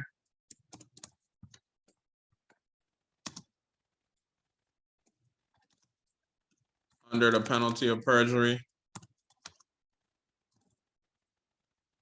that the following are factual, or something like that, right? And it's statement of fact. So statement of truth, you're basically just saying that I'm not gonna lie in this affidavit of truth.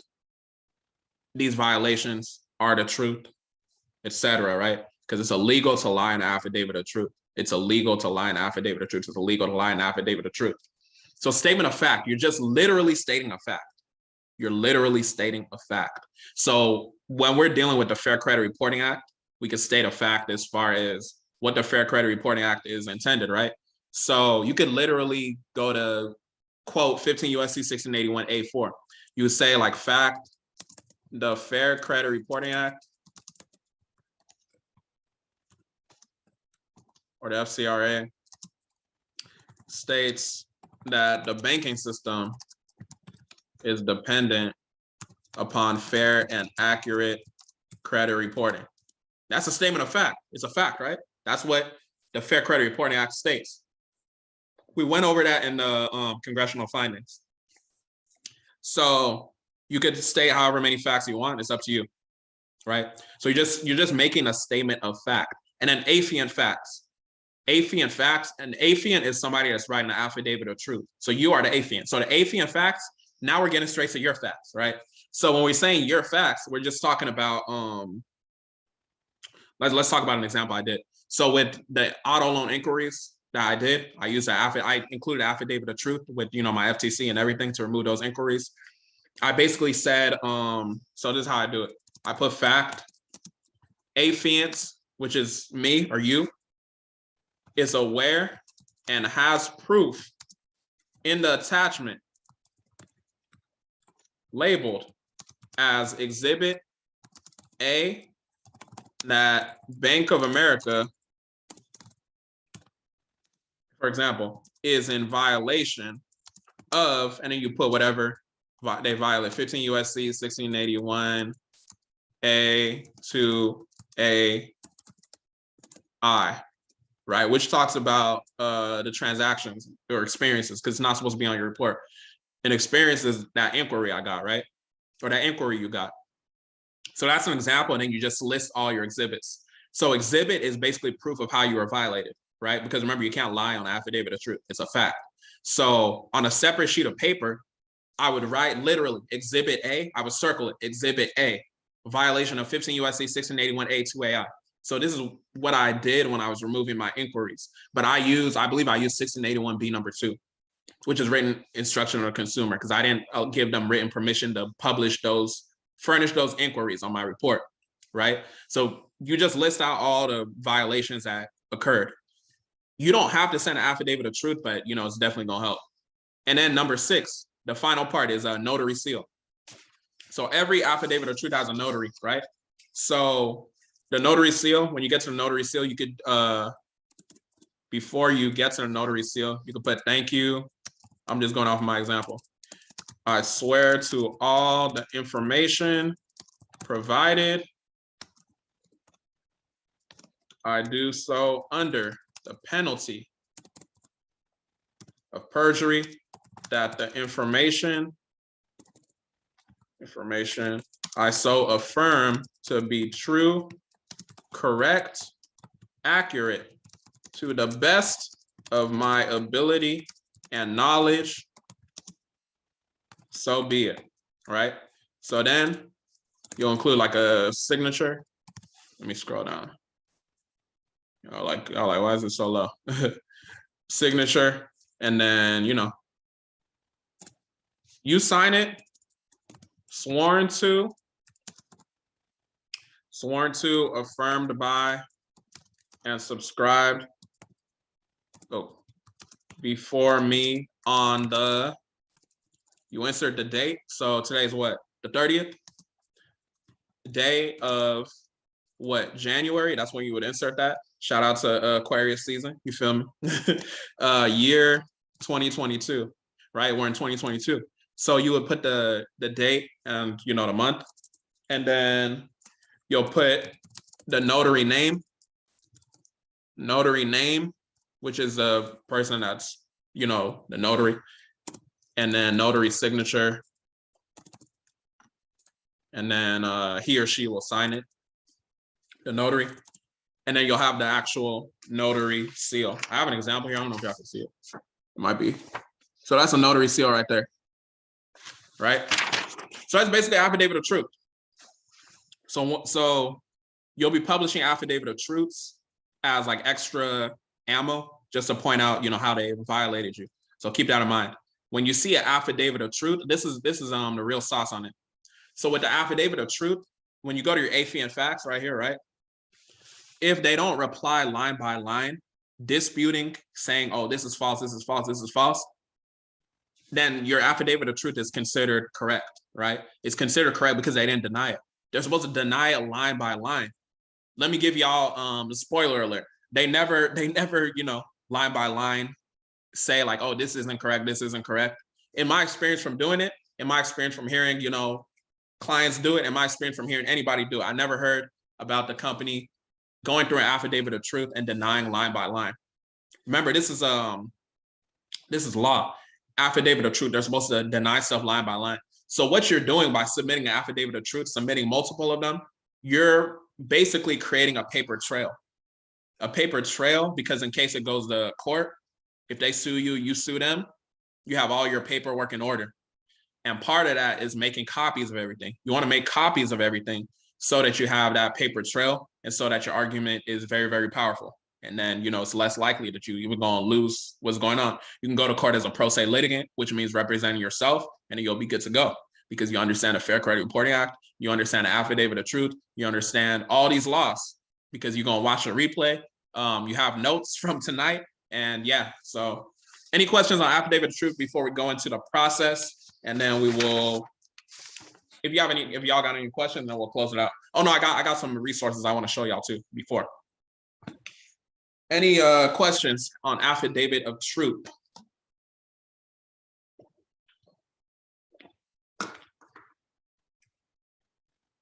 I'm gonna need the template. All right, I got y'all. I'm gonna have something in the university. I'll have my assistant edit the website once I, get like an official one. But I mean, you can literally Google an example. But if y'all want to use, something that I would use, then I'll have that in the university for y'all. How y'all feeling? Y'all good? Y'all awake? Y'all sleep? I know y'all East Coast people. Oh, it's only 8:53 for y'all out there though. So y'all shouldn't even be sleeping like that. All right, so we're gonna talk about what's it called? The process, right? So one thing I want y'all to know about the process. This is a process, not the process. My boy say you tired, low key. Okay. So I know we got people tired. I know we got some people on the West Coast. So y'all 5:53 with me too. But some people are East Coast time. So this is a process, not the process. So everything I'm showing y'all tonight, besides the law is the law. That's what it is. But besides the law, everything else is like negotiable, right? So you don't got to follow how I did my affidavit of truth. Besides having the 6 parts, you don't got to follow this process. You don't got to follow the exact template letter. Everything is a guide. The main thing I want y'all to understand is the language of the law. A lot of people, they want to start running before they walk. You got to walk first. Walking is understanding the language of the law. Walking is getting the deletions and mastering the deletions first before we start running to try and, get excited about money, getting excited about, getting a car, 0 money down, all that, right? Getting a car, trapping them in Truth in Lending Act violations. So really understand mastering deletions first. I want y'all to be very, very confident in mastering deletions. I want y'all to be very, very confident in quoting these laws. And then we could start running. But yeah, let's continue. So number 1, this is a process. Understand the language of the law and how you are violated as a federally protected consumer. Under Title 15, Chapter 41, which includes Truth in Lending Act, Fair Credit Reporting Act, Fair Debt Collection Practices Act, you are a federally protected consumer within this United States corporation pursuant to what? 28 U.S.C. 3002. 28 U.S.C. 3002. If you write that down, you scroll down to number 15, it defines the United States as a corporation. That means the United States is about business. What is business? Doing commerce. Business is money. Business is commerce. Commerce is you applying for, Chase, you applying for Bank of America, you applying for Key Bank, you applying for all these local credit unions, all of that. So the world runs on credit. The world runs on credit reporting. So even if you're not passionate about credit, even if you're not passionate about the laws, you're doing yourself a disservice if you don't understand how it works, right? That's why I want y'all to really understand. So once you understand it, and you understand how you are violated, we can go to step 2. So if it's applicable, send a debt validation letter, right? So an example is like collections. If they trying to say, oh, this is an attempt to collect debt, et cetera, send them a debt validation letter because they have to prove that it is your debt. We're not going to get into debt, but debt is an obligation or alleged obligation, right? Do what you will with that information. So 2.5, draft up a cease and desist notice if applicable, right? So an example is, if you have a collection or something, draft up a cease and desist, be like, stop contacting me. It's a violation of 15 U.S.C. 1692C when it comes to collecting a debt. That's a communication section because a debt collector is not supposed to communicate with you as far as the connection of a debt. So you can draft up a cease and desist letter, and that could be very, very powerful within your situation because you're coming up with a paper trail. Number 3, identify the law or laws you wish to use in your demand for your deletion. Remember, we're going after deletion first. Deletion first before we go to the money. Let's focus on one thing at a time. Deletion first, right? So an example is 15 U.S.C. 1681B number 2, written accordance of the consumer, right? You didn't give them written instruction to publish that information. Identify the law you wish to use in your demand for your deletion. Number 1, we want to get that deletion. We want to get that information deleted from all consumer reporting agencies, and then we will be happy to move on to the next step. Do you have a cease and desist template? No, but you can Google that too, or I can put something in your university as well. Dang, y'all want all the letters. You know what I'm saying? But no, I got y'all. All right, so once you do all that, number 3, now we go on to number 4. Now you're going to draft up your round 1 letter, like the template we discussed in the class. Copy and pasting the law. Walk them through the law. Walk them through how they violated you. Walk them through how the information is inaccurate because you understand the law. You understand the language, right? Even if you understood everything I said today, it's good to continue practicing, right? Because you could, let's say you're a master of the law. Let's say you consider yourself a master of the law. If you're good at basketball, if you're good at football, you obviously got to go to practice, right? This is good for me too, because I got to be on my P's and Q's understanding what the law is. So I got to break it down to y'all. So really understand. It's good to consistently, be looking at the law, and drafting up these letters are really, really going to help y'all continuing to be good with the law. All right, so number 5, paper trail. We want to make copies of everything. Then we're going to mail out certified mail and get a green return receipt. Get a green return receipt. We're going to mail out copies, mail out certified mail, and get a green return receipt. Why do we want to mail out and get a green return receipt? We want to get the green return receipt because that's proof that they received our letter, whether it is a Furnisher, whether it is Experian, TransUnion, or Equifax, right? So really understand that. Once you make the copies and mail out, now what we're going to do is we're going to file a CFPB complaint. What did I say earlier? There's no such thing as a bureau besides the CFPB. The CFPB is a Consumer Financial Protection Bureau. And you got to talk to them like you're talking to these CRAs, Consumer Reporting Agencies. You got to break down the law to them like they're babies, right? So same thing with your CFPB complaint. The CFPB complaint, you got to look at it as a CFPB is like your employee. But to be honest, as times get more recent, now we're in 2022 versus 2021, when things have been working maybe a little bit better, they're catching on to different things and they're coming up with different rules. There's different regulations and things like that. So the main thing I want y'all to look at when it comes to the CFPB is you want to look at it as a paper trail for the work that you've submitted, right? Because you're building up a case. You want to look at it from the moment you've been violated to you understanding it, from the moment you send your very first demand for them to delete the information from your report. You're building up a case, and we're going to look at some past CFPB cases just to give y'all a little bit more confidence about how, some people are getting paid based off of these inaccuracies. So once you file a CFPB complaint, you can also file a BBB complaint, Better Business Bureau complaint. Again, paper trail. You could also file an FTC report. FTC report is an identity theft report, right? So identity theft meaning no consent. So you got them inquiries, go file the FTC report. go listen to the CAP podcast. I already walked y'all step by step on how to do all that. State Attorney General complaint. So every state, they got a state attorney. So if you just Google State Attorney General complaint, you can file a complaint. You have that under your belt as well. So Attorney General complaint, and then OCC complaint. So OCC is basically the regulators of banks, and we're going to walk through a resource as well, just to kind of help y'all as far as that.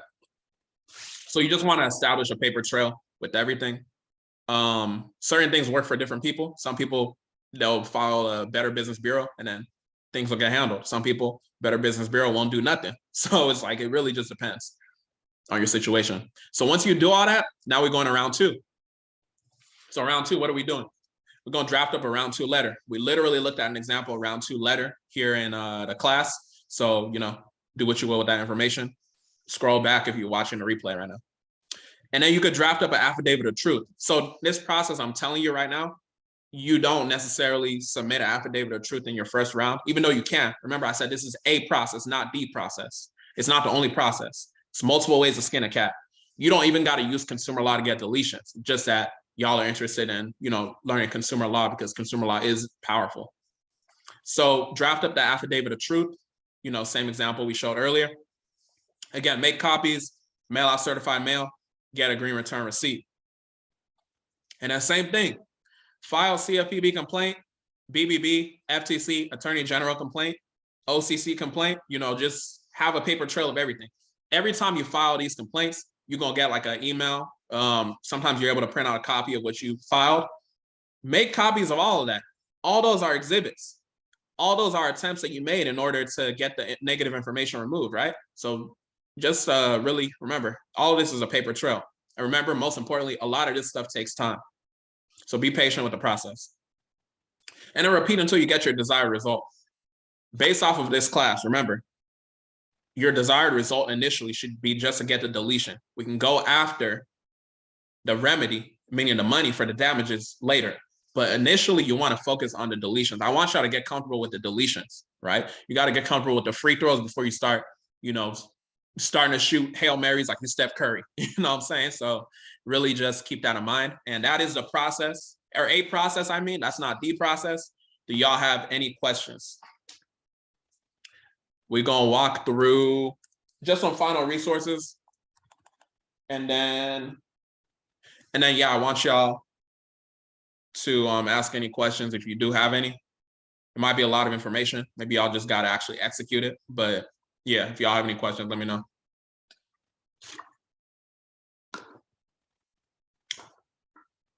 Can you walk through submitting an FTC complaint?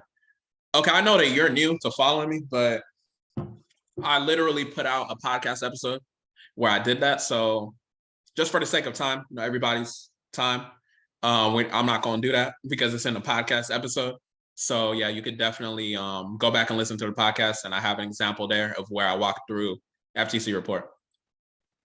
I think y'all might be tired. Maybe y'all not tired. I don't know, but yeah, we're gonna go through the final resources. So yeah, okay, I got a resource here that I want to go through. It's gonna be helpwithmybank.gov. So basically, helpwithmybank.gov. This is the OCC. Like I told y'all, the OCC. Oh, that my light tripping. The OCC is basically the regulator of banks, right? They regulate banks. So they regulate Chase, all them peoples. So if you don't know who regulates your bank, because maybe let's say you're not getting your desired result, I want y'all to go to helpwithmybank.gov. Helpwithmybank.gov. I want y'all to go over there so you can file a complaint.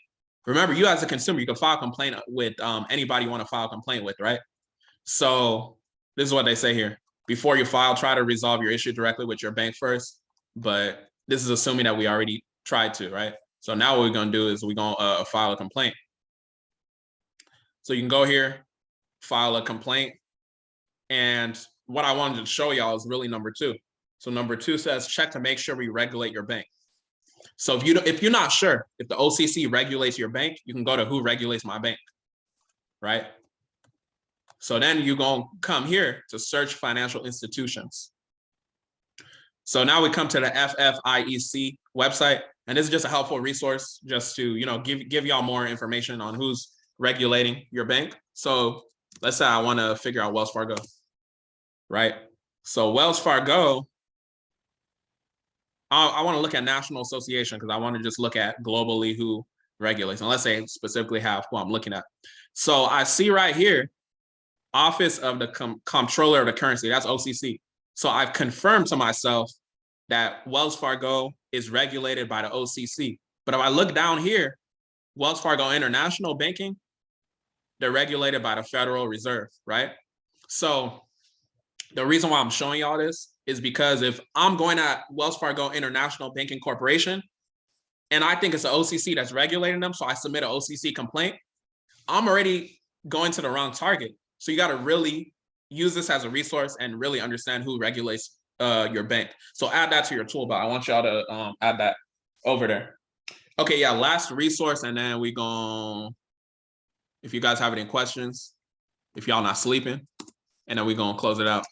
So sometimes this is what I do for fun. I just look at CFPB past complaints. So you can look at CFPB past complaints. You come to the database right here, and you see right here, it shows 1 million matches out of over 2 million complaints, right? So this is throughout the world. So you can just Google CFPB past complaints, and this can help you with confidence, right? I know y'all like the money, so we're gonna look at some cases where there was money, right? So we'll scroll down here. So you want to look at the section where it says company response to consumer. Company response to consumer. Who's a consumer? You and I, right? So what we want to look at is we want to look at close with monetary relief. What does that mean? Close with monetary relief means that the CFPB issue was closed where the consumer got paid, right? When we talk about getting paid, we can talk about damages as far as $1,000 per inquiry. We're going to cover that whole process in a different class, but just as an example. But y'all see right here, close with explanation, that's a majority of what happens. You got over 1 million results right here, globally. So let's look at close with monetary relief, because, we're looking at the money. But we gotta filter even more, because look, it shows different sections of what happened as far as what was closed with monetary compensation. So credit card is most popular, 15,000. What we're interested in is the least popular, which is credit reporting, credit repair, etc. So we're gonna go to filter it again, right? So we look at the issue over here. We could expand this. Hold on. Okay, I'm in the wrong section right here. So product is credit reporting, credit repair services, or other personal consumer reports. Because remember, we're Fair Credit Reporting Act right now. So remember, look at the timeline. From January 30th of 2019, literally 3 years ago, up until 3 years today, which is January, at the time of the recording, which is January 30th, 2022. So what we'll do, go to list. This is what you want to click right here. Because once you come to the website, you're automatically on the map.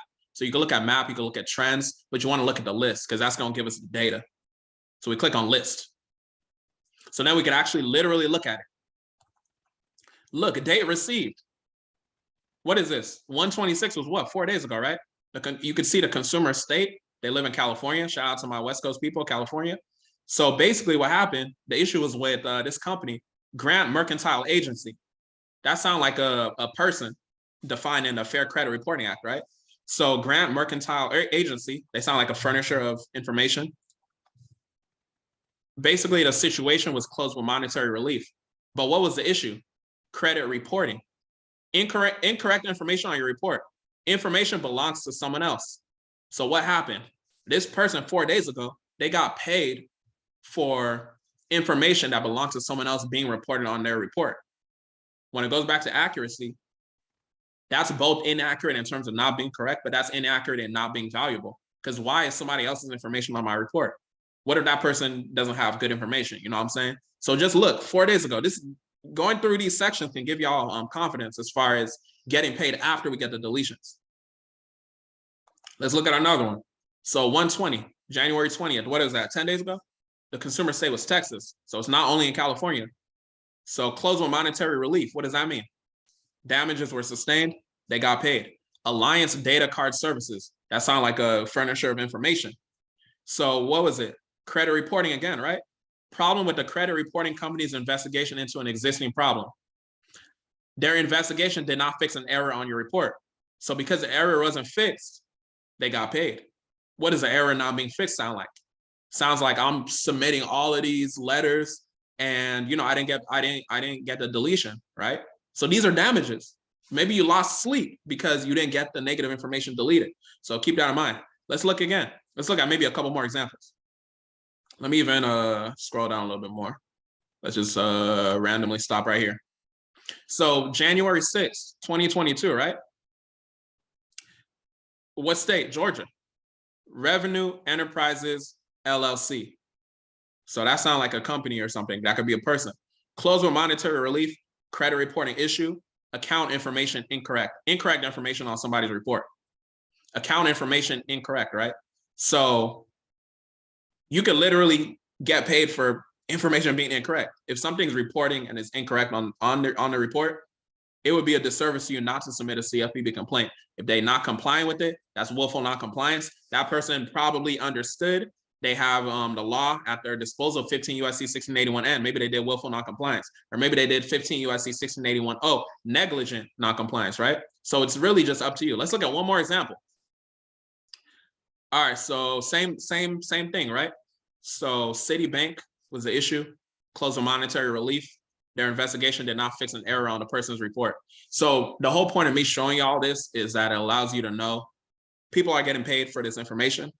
And I want y'all to know that the money is there. You will get paid, but first master the deletions. First master the deletions. I want y'all to master the deletions, right?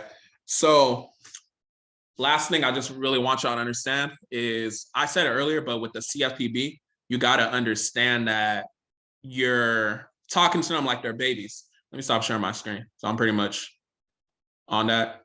So with the CFPB, you're talking to them like they're babies.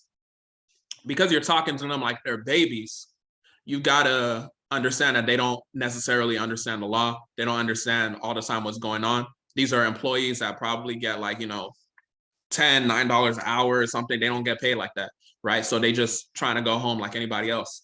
So really, really break down the law. I hope this class gave y'all value. If y'all awake, let me know how y'all feeling below. Let me know if y'all got any questions. Oh, one thing I wanted to say too. I think I said it earlier too, but if you look up 15 USC 1666B, it talks about the timing of payments that could be effective in terms of removing late payments. And then 15 USC 1666, scroll down to B again, correction of billing error. So those are a couple more weapons to add to your tool belt when it comes to deletions. This was a lot of information. If you purchase the recording, then definitely, definitely understand that it's just going to be consistency and persistence to help y'all move forward. Any questions? I'm going to let it be like a couple minutes if I don't hear any questions. I mean, if I don't read any questions, then we're going to get out of here. Hopefully this gave y'all value. Hopefully y'all not sleeping right now, But if y'all sleeping, then, it is what it is. It is what it is. Any questions? How y'all feeling? Thank you. This was a lot of great information. I just need to implement. Okay, appreciate you. Appreciate you tapping in. I know you're in the East Coast, so, I appreciate you staying up. It's only 9 o'clock though, but, anybody could be tired at this time. Any questions? Any questions? Did I light y'all up with information? Is that it? Did I light y'all up with information? Fire emoji. I appreciate that. I appreciate that. I appreciate you. Okay, no more questions, I don't think. All right, yeah, man. With that being said, I think that's all we have. But yeah, with that being said, man, y'all have a blessed one. I hope you enjoyed the FCRA. I hope you got some practical stuff you could take to go ahead and get to the next level. Now we're going to talk about the FDCPA, which is the Fair Debt Collection Practices Act, and this is 15 USC 1692. So this is going to be when you're receiving those texts, emails, phone calls, and this is where you go when you're sending your debt validation. So without further ado, we're going to get straight into it. If you've gotten value so far, you can click the link below and you can enroll in CAT Credit University to get our template letters and just get in a community of like-minded individuals that are also looking to get to the next level. Enjoy the video. All right, we're gonna get straight to it. So, my name is Michael Benjamin. I'm the CEO of Consumer Ammunition Tactics, or CATS. I think everyone in here, knows me. You probably talk to me, you probably talk to my assistant, you probably talk to someone in our business. So tonight, we're gonna be breaking down the Fair Debt Collection Practices Act, which is the FDCPA, or 15 USC 1692. All I ask is that y'all have an open mind and take action on the information that we're gonna talk about tonight. It's gonna be a lot of information. We're gonna go deeper than just Title 15. I'm gonna be diving into things I only talk about in consultations, things that I don't talk about on a podcast because, you never know who's listening. And I don't want the information I'm gonna be putting out into the wrong hands. So yeah, with that being said, let's get straight to it. All right, so housekeeping rules. I just need y'all to take action. Taking action can be simply taking action on information I give you. If you guys want to post on your story and tag me, that's taking action as well. Let people know, what's going on. You learn this information, you're about to get to the next level. So just take action. Don't overthink things. Take action. That's the main thing. All right, so the agenda. So we're breaking down the FDCPA, like I said. So first of all, it's going to be FDCPA literacy. So Fair Debt Collection Practices Act literacy. All right. So the FDCPA is 15 USC 1692. You can take a screenshot of this if you want, so that while we're going along, you could follow along. But 15 USC 1692, it's the Congressional Findings and Declaration of Purpose. Words are very, very important. If you go to the Fair Credit Reporting Act, or if you got the replay that I did, it's Congressional Findings and Statement of Purpose. The Truth in Lending Act, I'm gonna do a class on that maybe next month, maybe the following month. Congressional Findings and Declaration of Purpose.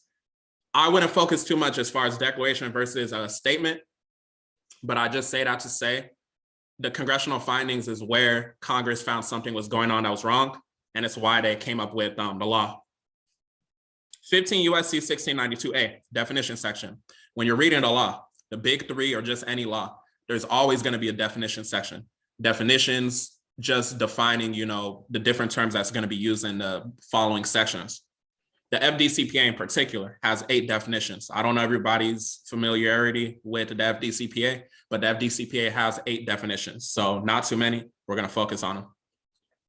Then we're going to go into 15 USC 1692B. 1692B is an acquisition of location information.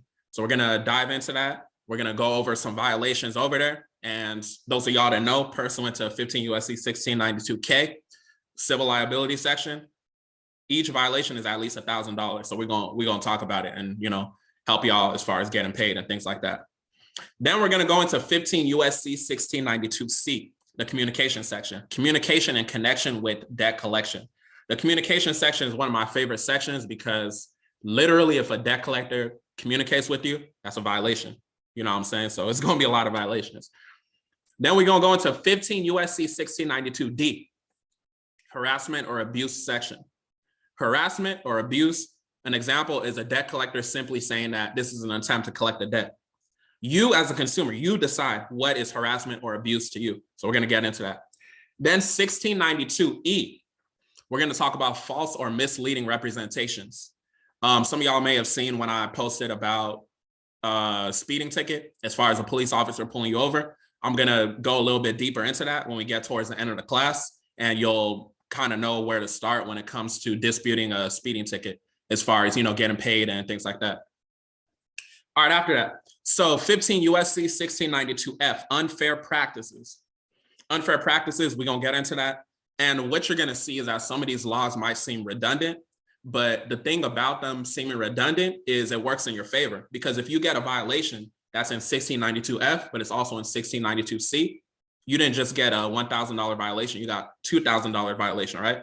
And then we're going to go over an example of the invoice. I'm going to show y'all how to structure that, how you should structure it. Then we're going to go into 15 USC 1692G, validation of debts, right? We're going to get into the definition of debt and just everything that needs to be done to validate a debt. But spoiler alert, These debt collectors, they can't validate a debt because you, the consumer, have the power to actually validate that debt. Then we're gonna go into multiple debts. So that's 1692H.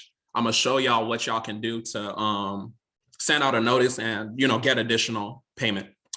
Then we're gonna go into 1692I.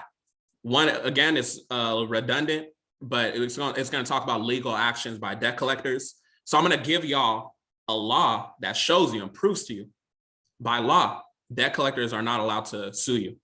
Corporations cannot sue you. So I'm gonna give y'all that law. I haven't mentioned it on a podcast or anything. It goes beyond Title 15. So just stay along, hang in there. We're gonna get through it. If you leave early, you're not gonna get it. And when I do, when we chop up the recording, for those of y'all that got the recording as well, we might chop out some of the information. So you want to stay through the entire class if you can. 15 USC 1692J, furnishing certain deceptive forms. So when we talk about, for example, your auto loan contract, just the fact of when you see under the name creditor and it says somebody else that's not you, that's technically a deceptive form because you are the original creditor. We're not going to get too deep into that in this class. That's more of a Truth in Lending Act thing, but just pay attention. We'll get into it. And then we're going to wrap up the literacy with 15 USC 1692K. This is a civil liability section. This is where you're going to go as far as, getting your remedy, getting your money, things like that. So yeah, just keep that in mind. All right, so after we go through the literacy aspect, that's just part one. After we go through the literacy aspect, we're going to go over the administrative process. I'm going to talk about a process, not the process. There's multiple ways to, skin a cat. So just understand that when we're going through it. Then we're going to go over an affidavit example.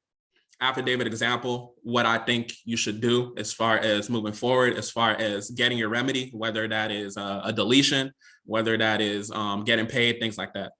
We're going to go over an invoice example. So the way that I believe you should structure it, the way that I was taught to structure it, because I used to structure it differently, but I was taught by my mentor a different way to actually structure it. So I think it'll be of benefit to y'all.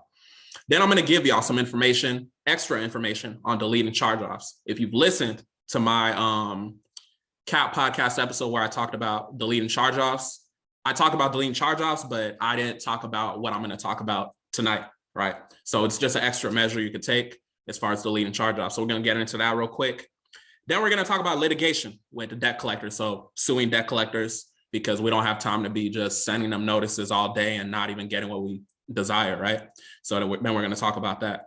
Then we're going to talk about miscellaneous bonus info. This is where it's going to go deeper than just Title 15. So a lot of the stuff in the miscellaneous section we're going to talk about, I've never covered it on the podcast. If you have ever heard anything I've said in the miscellaneous section, you've probably booked a consultation. And those of y'all that know, my consultations for 30 minutes are $350, right? So I only trust certain people with the information. You feel me? And then we're going to get to final remarks and then, any questions y'all got, and then we'll get out of here. All right, so number one, mindset. I need y'all to study, right? Study these laws, but do not overthink. Overthinking leads to you not taking action. And I would hate for y'all not to take action because you're trying to just figure out the difference between one phrase and one word, right? So don't overthink yourself out of taking action. Please do not overthink yourself out of taking action. Number two, embrace the spirit of execution because it takes time. What do I mean by that? I mean, embrace the spirit of taking action because the whole process takes time. When you send out a letter as far as like the credit reports, consumer reporting agencies, it's like 30 days for them to, reply to you and things like that. We're going to see in the affidavit that I have, I specify 14 days because I like my process to be quick, but I don't want y'all to be in a habit of, okay, I sent this out 30 days. They got to reply. I sent this notice out 30 days. I got to reply. I sent this out 30 days. I got to reply. We're going to go over the administrative process. You could do it like that, but we're going to talk about a way you can combine everything just in one notice and then just get straight to litigation if you need to go that route. So just execute and do not overthink. I'm going to walk through the most important parts I think you should have in FDCPA. If y'all got questions, you can ask, but if it's beyond the scope of what I'm covering, I might, just tell you not to focus too much on it because you want to look at it as use only what you need to use to get your desired result. You don't need to use everything in FDCPA to get your result because FDCPA goes from 1692A all the way to P. We're only covering 1692A all the way to K, right? That's all we need to get our desired result. So don't just have so much information and just be like, oh, I can say 15 USC, 1692, whatever. Use only what you need to get your desired result. I had a lot of, when I first started, studying, I had a lot of just unnecessary dealings with just trying to memorize and know everything. Just get what you need and move forward. Don't overthink. That's my point. Hopefully that mindset helps you guys listening live or, somebody watching the replay. All right, so I'm a big believer in mindset and writing things down. So if y'all attended FCRA class or you watched the replay, this may look familiar. We got the same statement. I'm going to need you to write this down in your notes. If you're typing, if you're writing, do whatever you got to do. Put I, insert your name. Understand that everything I was taught about credit before may not have been true. And I promise to open my mindset to what I learned today. Sign and then put your name. I'm going to give y'all like a minute or something to do that real quick. And then I'm going to continue. And you guys can put done in the comments once you actually write that. But yeah.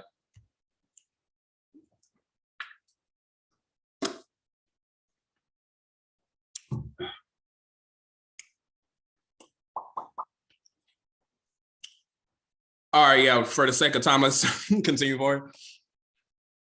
Okay, yeah, before we actually get started, any questions for me? Any immediate questions for me? Y'all let me know. I might take like 1 or 2 questions before we get into it. We got a lot of information to cover, but I want to give y'all the space. FDCPA related questions to ask me real quick before we actually get started into interpreting the laws. I'm going to assume it's no questions and get straight to it. Okay, let me know. Can y'all see my screen? The law of Cornell, 15 USC 1692. Let me know if y'all can see that. Let me know if y'all can see that. Okay, perfect. See, I got one C. I'm gonna get straight to it. All right, let's get straight to it. So like I said, 15 USC 1692. This is a Cornell website. You can go on the Cornell website to read the laws. Those of y'all that listen to my podcast, I've covered a lot of it. So congressional findings and declaration of purpose. Like I told y'all, this section is where Congress found something wrong that was going on. And that's why they decided to create the law. All right, listen. So abusive practices. So this is A. There is abundant evidence of the use of abusive, deceptive, and unfair debt collection practices by many debt collectors. Let's stop right there. Before we even continue, you see it shows like a hyperlink to the word debt. It's going to take you to the definition of debt. So when you're reading these laws, I want y'all to get in the habit of clicking these hyperlinks. Because the definition of debt is in the next section, I'm not going to click on it right now, but I just want y'all to have that mindset of when I see a hyperlink, I'm going to click on it and get more information. So just in that first sentence alone, there's a lot. There's abundant evidence. Abundant, what does the word abundant mean? It means a lot, right? So there's a lot of evidence. They didn't say there's a little evidence. They said there's abundant evidence of the use of abusive. Does abusive mean you're treating somebody right? No. Abusive, deceptive. What is deceptive? Deception. You're deceiving somebody. And unfair. 1692F, isn't that unfair as well? We're going to talk about it. Unfair debt collection practices. This is where the Fair Debt Collection Practices Act came from. So y'all got to realize that something bad was going on for Congress to be like, let's put out, the Fair Debt Collection Practices Act. So abusive debt collection practices contribute to the number of personal bankruptcies, to marital instability. Marriages are messing up, to the loss of jobs, people losing their jobs, and to invasions of individual privacy. Those of y'all that know in the Fair Credit Reporting Act, 15 USC 1681A, number 4, it talks about, you have a right to privacy as a consumer. So understand that they're also talking about invasion of your privacy in the Fair Debt Collection Practices Act as well, the FDCPA. So we only looked at one sentence or one section, abusive practices, right? So just really understand that there's a lot that really came into this. Congress didn't just wake up one day and be like, okay, let's just put out the FDCPA. It's because something wrong was going on as far as debt collection. They're not supposed to be collecting these debts from you. Everything is prepaid. We're not going to get too deep into it, but yeah, that's what's going on. So B, inadequacy of laws. So you don't need to pay too much attention, but it just says existing laws and procedures for redressing these injuries are inadequate to protect consumers. So basically what Congress is saying is that the current laws that were in place before they put out the FDCPA were inadequate. What does inadequate mean? Not adequate. What does adequate mean? Enough. If the laws were enough, that still wouldn't be good. For something to not be enough, it must be bad. Y'all following what I'm saying? So really just pay attention to, the different words and languages. All right, so available non-abusive collection methods means other than misrepresentation or other abusive debt collection practices are available for the effective collection of debts. So they're just basically saying that there should be better methods to debt collection. The current methods are not good. People are being abused, people are being harassed and things like that. So that's why they came out with the FDCPA. All right, D, interstate commerce. Abusive debt collection practices are carried on to a substantial extent in interstate commerce. Before we continue, interstate commerce is basically, understanding the fact that the United States is a federal corporation pursuant to 28 USC 3002. You go down to number 15, you're going to see the United States is a corporation. So meaning that the United States, you do business. Everything is business. Everything is commerce. Everything is trade. Everything is, personal property, money, things like that. That's basically what that interstate commerce means. So abusive debt collection practices are carried on to a substantial extent in interstate commerce and through means and instrumentalities of such commerce. Even where abusive debt collection practices are purely intrastate in character, they nevertheless directly affect interstate commerce. So Congress is just basically tying everything back to interstate commerce as far as debt collection practices. It's very bad, right? All right, so purposes. This is where I would focus the most on if you want to focus the most on. You don't need to pay too much attention. This is just like background history information. So purposes is the purpose of this subchapter to eliminate means get rid of, right? Abusive debt collection practices by debt collectors to ensure that those debt collectors who refrain from using abusive debt collection practices are not competitively disadvantaged and to promote consistent state action to protect consumers against debt collection abuses. So they basically want to make sure that debt collectors are doing good practices as they are performing debt collection. Before we continue, any questions on this section? I don't think there will be any questions, but I just want to give y'all the space if y'all have any quick questions. Like I said, don't overthink it. I wouldn't place too much attention on this section, but are we going to continue? If you guys have any, deep questions too, save that for the end. If you somehow don't get to ask your question, save it for the end. All right, so we're in the definition section. 15 USC 1692A. Remember, every law has a definition section. So the term bureau means the Bureau of Consumer Financial Protection. So I think everybody in here is familiar with the CFPB, the Consumer Financial Protection Bureau. That is the bureau that Obama created when he was president. And the CFPB is basically where you can submit complaints. They regulate the consumer reporting agencies, meaning Experian, TransUnion, and Equifax. Remember, Experian, TransUnion, and Equifax, they are not government related. They are privately owned companies, right? So the CFPB, or the Consumer Financial Protection Bureau, governs them. So when you're putting in your letters, credit bureaus, you're basically not speaking correct language, to be honest. So this is why you want to put consumer reporting agencies. If you don't understand that language, and you need to go purchase the FCRA replay that I did, the 2-hour one. But yeah, so the term bureau means the Bureau of Consumer Financial Protection. They're basically just talking about the CFPB. That's the only bureau that exists. All right, so number 2, remember there's 8 definitions, eight definitions in the FDCPA.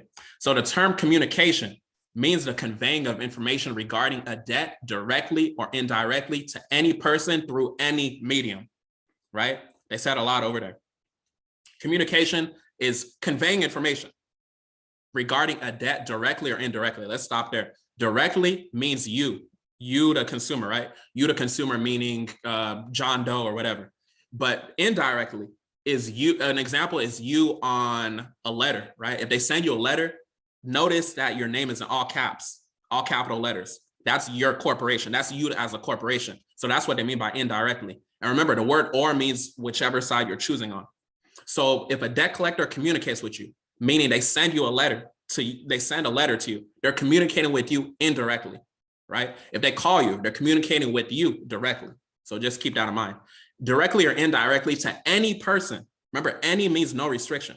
So any person through any medium, no restriction, medium. What are examples of mediums? A medium, like I said, phone call. A medium, like I said, mailing. So any form of communication. This is going to be very, very important when we get to 1692C. So just keep that in mind. All right, the term consumer means any natural person obligated or allegedly obligated to pay any debt. So consumer, this is really where I always tell y'all you got to really understand the language, because the term consumer in the FDCPA is differently defined as it is in the FCRA, the Fair Credit Reporting Act. In the Fair Credit Reporting Act, the term consumer means any individual or an individual. We obviously see here that's different from what it means in the FDCPA. So this is why when you're structuring your letters and your notices and things like that, you gotta understand what the definition you're talking about is. Remember, it's a language. You're not gonna use Spanish when you're trying to communicate in English, right? So just really understand that. So any natural person, so no restriction. You're the natural person, no restriction. Obligated or allegedly obligated. What do we say or means? Or means you choose the side you want to be on. So it's up to you when it comes to a debt if you're obligated or if you're allegedly obligated. When we talk about 18 USC 8, it talks about that obligation as well. So you got to really just understand, are you obligated to pay that debt or are you allegedly obligated to pay that debt? So understanding that is really what's going to allow you to be powerful as far as your notices. And we're going to go over an example of affidavit as well, but I just want y'all to be familiar with that. So the term creditor means any person who offers or extends credit creating a debt or to whom a debt is owed, but such term does not include any person to the extent that he receives an assignment or transfer of a debt in default solely for the purpose of facilitating collection of such debt for another. Don't think too deep about it. Whenever you're saying creditor, when it comes to the FDCPA, remember you're the consumer.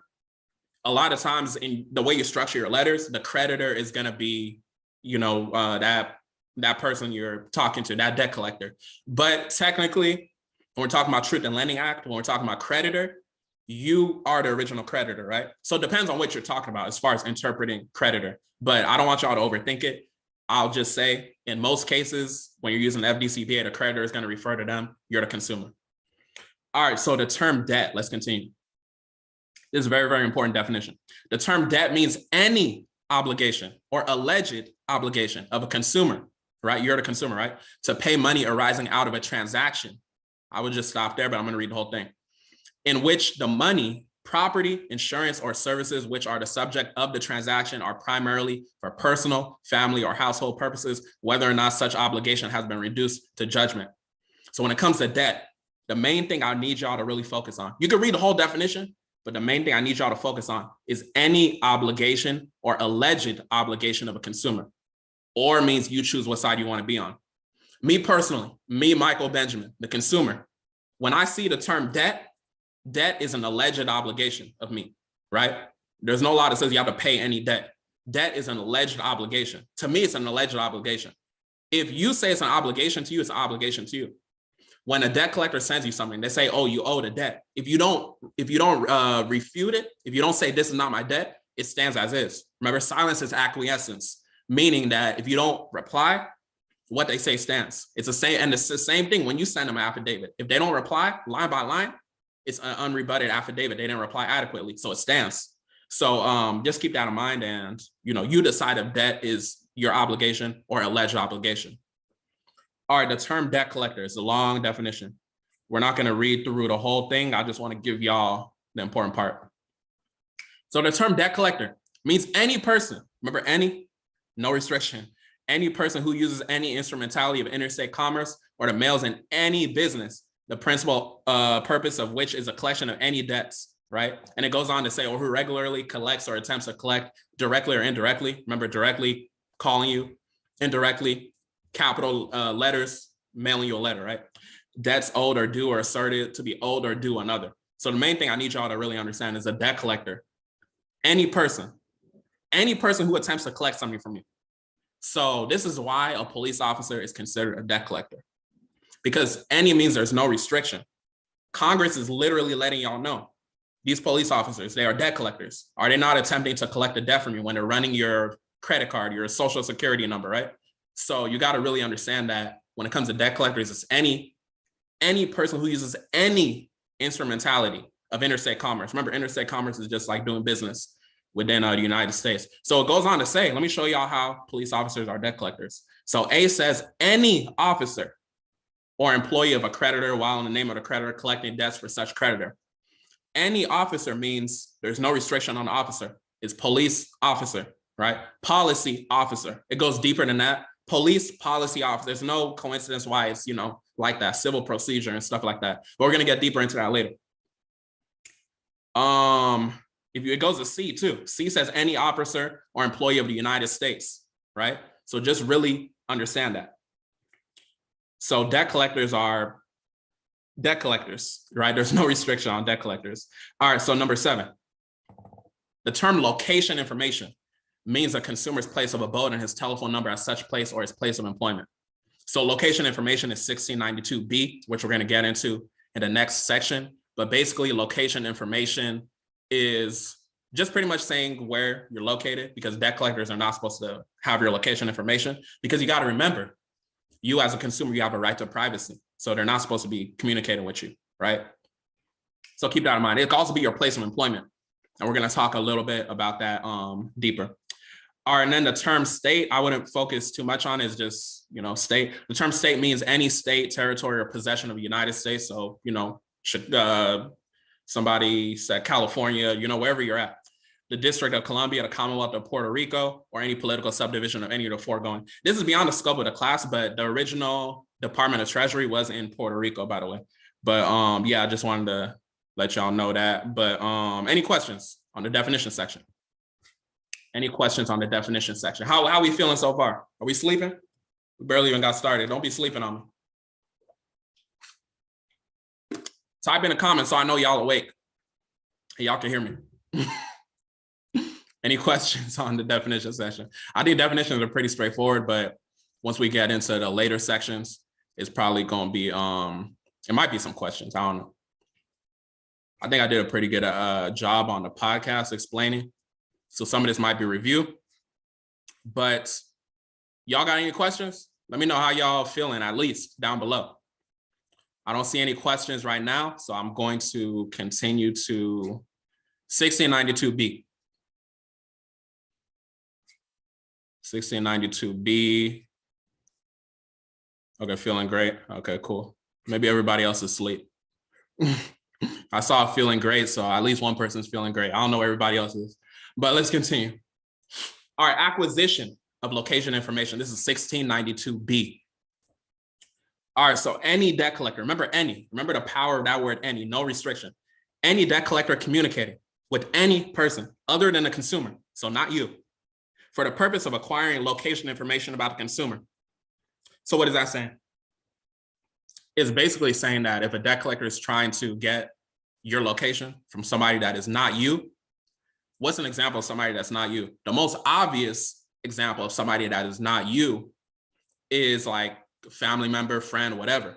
But don't sleep on the fact that somebody that is not you is communicating with you indirectly. So if they send a letter to you, right? It might seem like they're communicating with you, but they're communicating with you indirectly. So that's what Congress is saying. They're communicating with you, but they're not directly communicating with you. So that classifies as any other, person that they're talking about. So yeah, just keep that in mind. You got to read between the lines sometimes. It says when they're doing that about the consumer, they shall. So shall means that they have to do it. They shall, number one, identify himself or themselves, state that they are confirming or correcting location information concerning the consumer, and only if expressly requested, identify the employer. So basically, it's pretty self-explanatory. They just got to identify themselves, etc. Number 2, this is 1692B, number 2. This is one of my favorites that you guys can use as a violation. Not state that such consumer owes any debt. So it's a violation for them to say that you owe a debt to somebody else. But remember, somebody else could be them mailing you a letter, because that's not directly you, that's indirectly you. Have you ever received a letter that said this is an attempt to collect a debt? It has your name in all caps. So that's a violation. 15 USC 1692B number 2. That's a violation of that. You need to write that down. Write it down as an exhibit on that letter, make a copy of it, and send it out with your paperwork. So number 3 says, not communicate with any such person more than once, unless requested to do so by such person, or unless the debt collector reasonably believes that the earlier response of such person is erroneous or incomplete, and that such person now has correct or complete location information. So the main part I want y'all to focus on is not communicate with any such person more than once. Remember, think about the communication other than you as them sending you a letter. So they're not supposed to communicate with you more than once. unless you request them to, and you never request them to. So it looks like 1692B number 3 is a violation as well. We already found $2,000 worth of violations. If we want to go with number 1, we found $3,000 worth of violations. Number 4 says not communicate by postcard. So a while ago, debt collectors used to communicate by postcard, but they don't as much anymore. But yeah, so you can skip that section unless you get communicated with by postcard. So this one, number 5, everybody has this violation.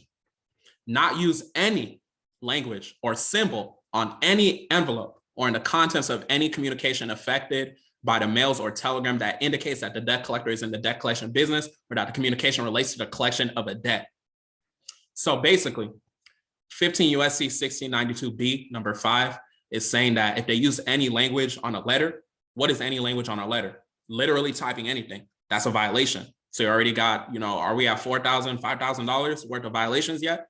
If they use a symbol is their logo. If you see a Chase logo on something, circle that. That's an exhibit. That's a violation of 15 USC 1692B number 5. So that's like what, $6,000? We're only in 1692B. We haven't even gone through all the sections. So you got to really understand that they are really committing a lot of violations. You want to really write them down, make copies. And at the end of the day, identifying the violations aren't too hard. It's just about structuring your argument and going to get your desired result and your remedy.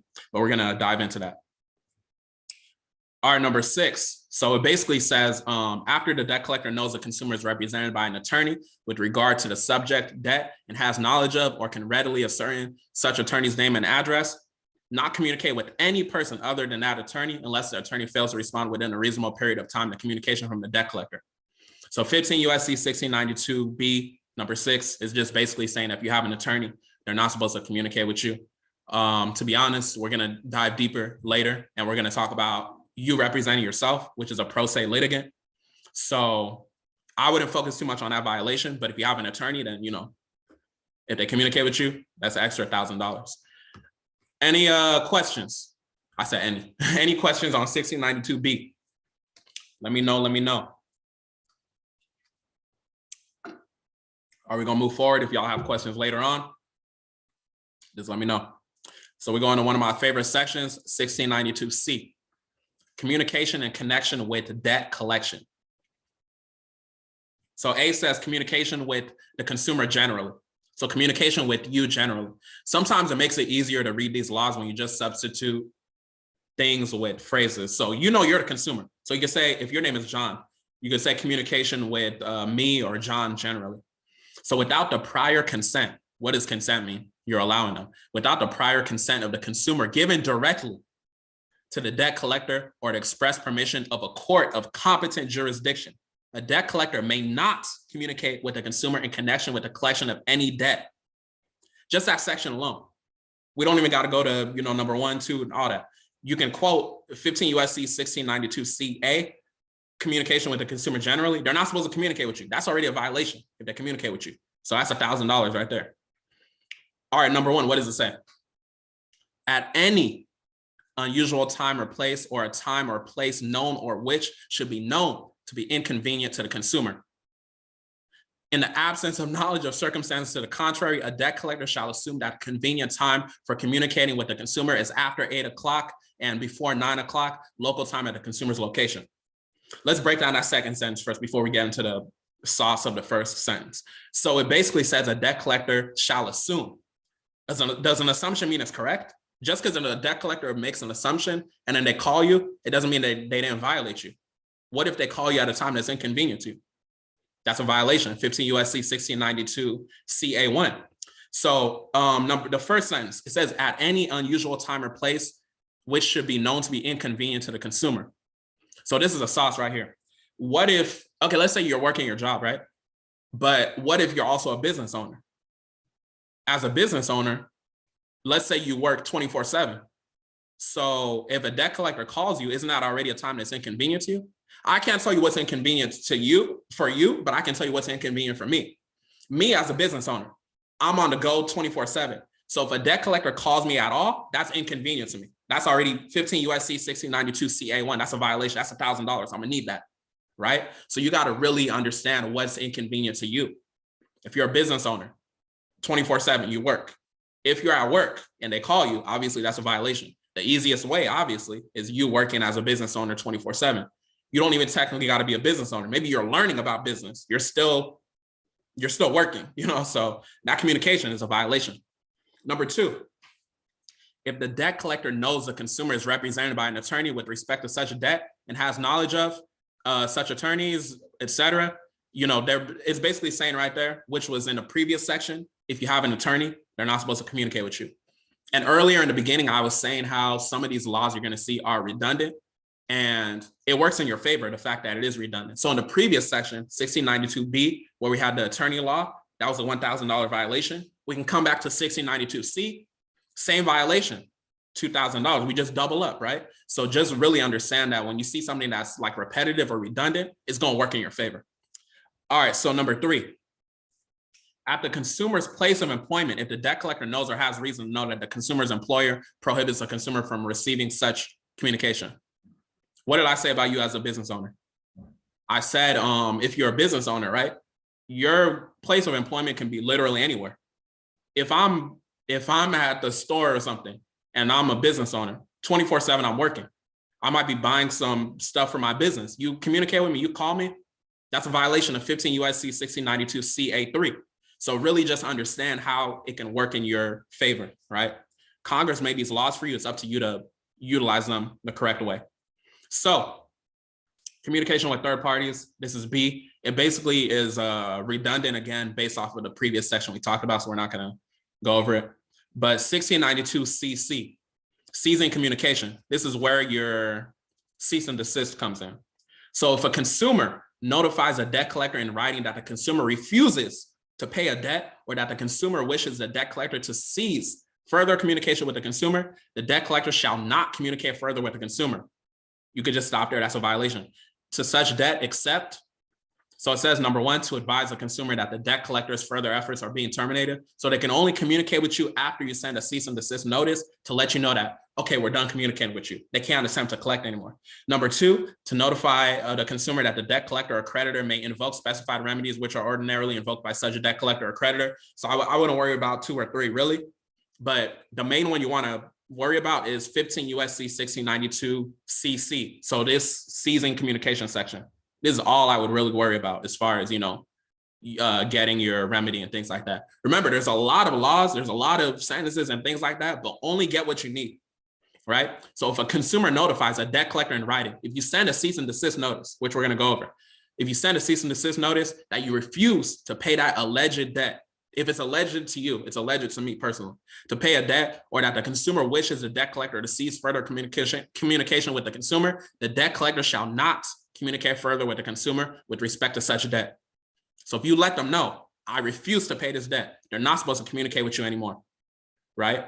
And when you tell them you refuse to pay that debt, it's now been disputed. And we're gonna get into multiple debts, which is 1692H. I'm gonna tell y'all something y'all can do. We're gonna tie it to the Fair Credit Reporting Act. So just be taking your notes and then revisit it later. And if you bought the replay, watch the replay. If you didn't buy the replay initially, then you'll have a chance to buy it later. But yeah, that's the communication section. Any questions on the communication section? I'm gonna take some water and then just continue.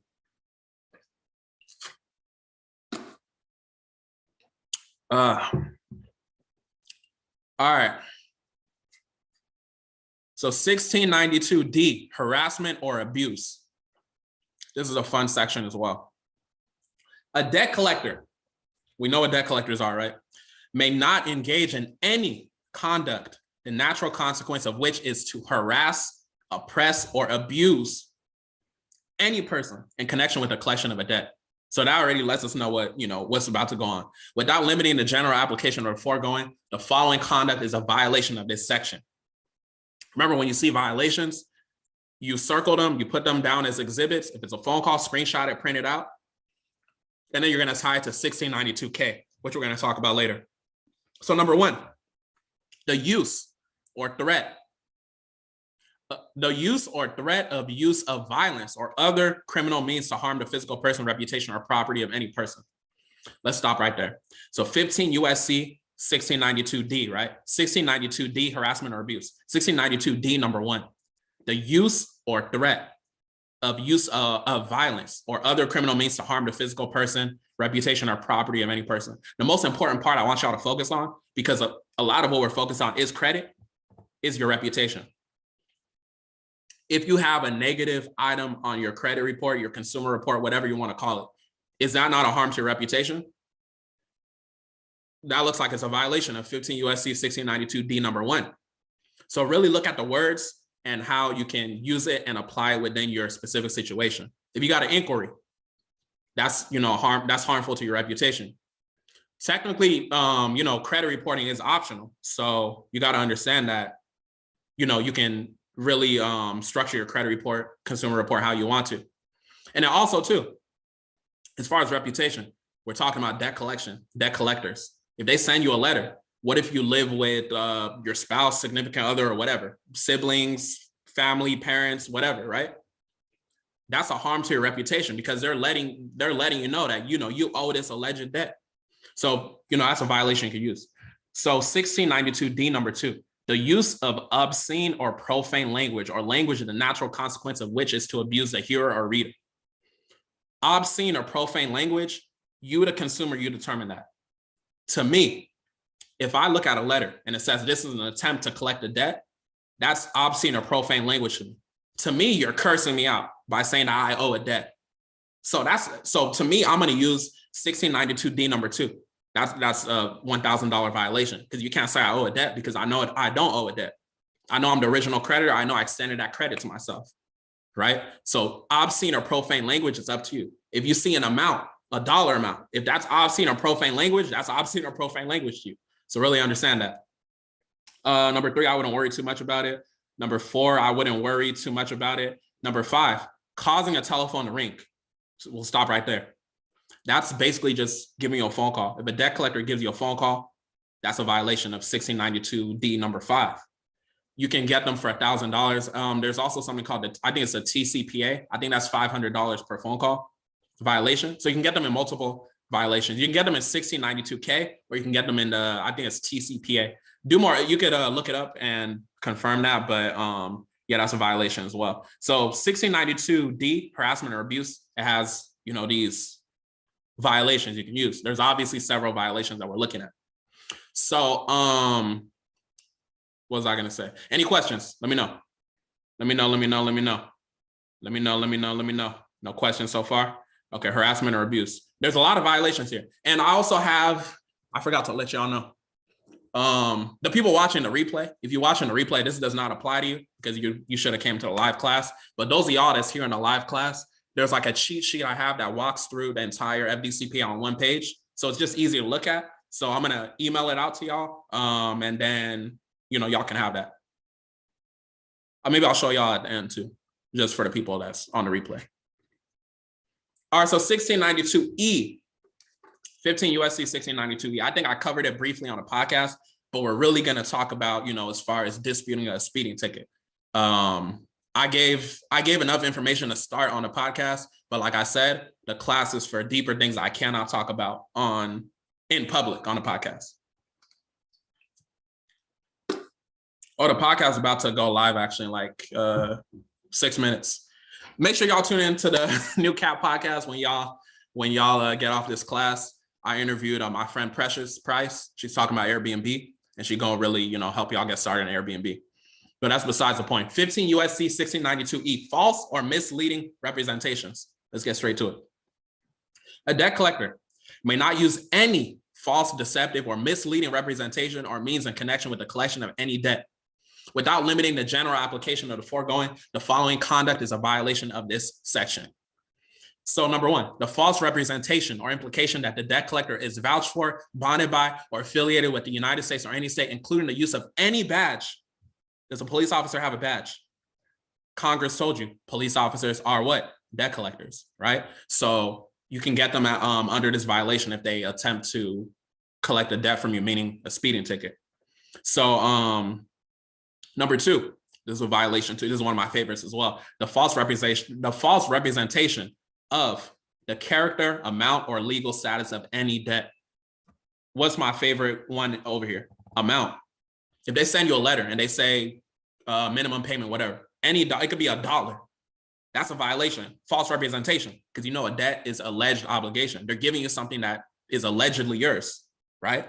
So that's a violation right there. Remember, each violation is $1,000. We've been here talking about it, maybe like what, 30, 40 minutes talking about it. We haven't even been through all the sections, and we've already found thousands of dollars of violations.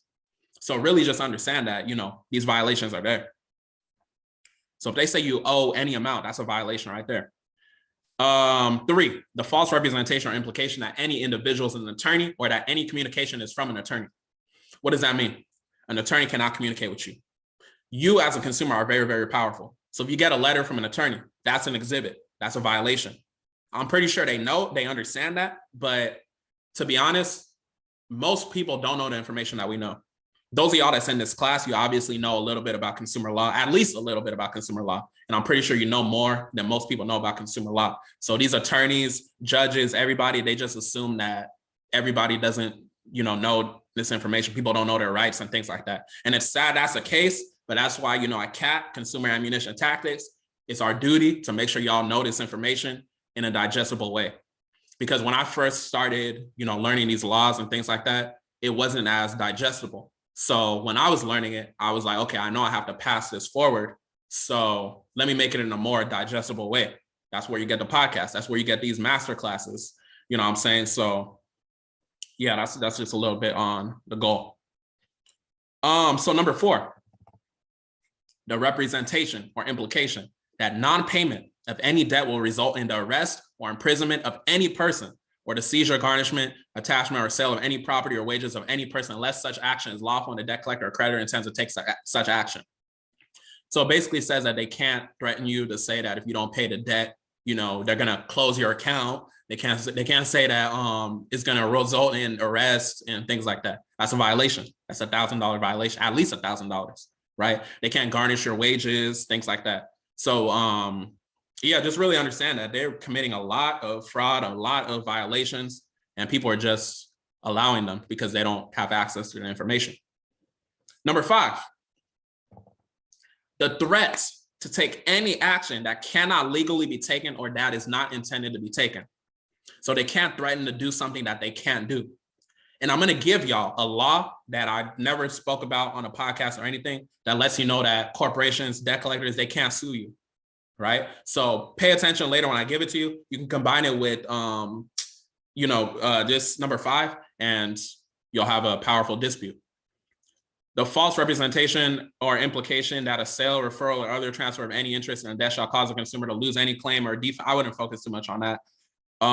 So just understand it's a lot. If you really go through all of these, for the sake of time, I'm not going to go through everything, but some of these are redundant to previous sections. So if you spend your time going through all of it, you'll really realize that you can get a lot of violations. Look at number 10, the use of any false representation or deceptive means to collect or attempt to collect any debt. Attempting to collect a debt, that's a violation. That's already $1,000 extra over there, right? So yeah, just really understand it goes real deep. It goes all the way to number 16. But yeah, we're going to continue if nobody has any questions on 1692E. And then remember, 1692E is where your foundation for disputing a speeding ticket is. And when I say disputing a speeding ticket, I'm not telling y'all to drive 100 miles per hour, just to test it out or anything. So drive safely. But if you do get a speeding ticket, there is a way because the law. So any questions? I do not condone speeding. Drive safely, drive carefully. But if you got a speeding ticket, there's a way. All right, let's go to F. Again, this is a redundant section, but I just point everything out just to let y'all know, just in case you're missing some of the language, and then we're gonna get into application in a little bit. So debt collector may not use unfair or unconscionable means to collect or attempt to collect any debt. So what does that mean? A debt collector may not use unfair means to collect or attempt to collect any debt. We're going to get into what unfair is, but just within the first sentence, we already have an idea that we're going to get a lot of violations in 1692F. And remember, when it's redundant, when you see something that's similar to previous sections, you can combine those violations. You're just getting more money for, what you're disputing. So keep that in mind. Without limiting the general application of the foregoing, the following conduct is a violation of this section. Number one, the collection of any amount. What does any amount mean? No restriction on the amount. So if you send me a letter that says this is an attempt to collect $1 from me, I just got a $999 return because I'm going to charge you $1,000, right? So the collection of any amount, unless such amount is expressly authorized by the agreement creating the debt or permitted by law. No, there's no law that says you have to pay a debt, so that's irrelevant. The collection of any amount, just stop right there. The collection of any amount. 15 USC, what section are we in? 15 USC 1692F, number one. We go back to the congressional findings. Congressional findings, what did Congress find? There was abusive practices as far as debt collection. We're in unfair practices. It's unfair to collect on any amount of debt because you are the consumer. United States went bankrupt in 1933. Look up the 1933 Act and you'll get more background information. So really just understand that that's a violation right there. That's already $1,000, right? That's the main one I want y'all to know here because a lot of this is redundant, but I like number one. And then I want to speak about repos, repossessions. Number 6. So anybody that has a repossession, if you're dealing with a repossession, look at 15 USC 1692 F number 6.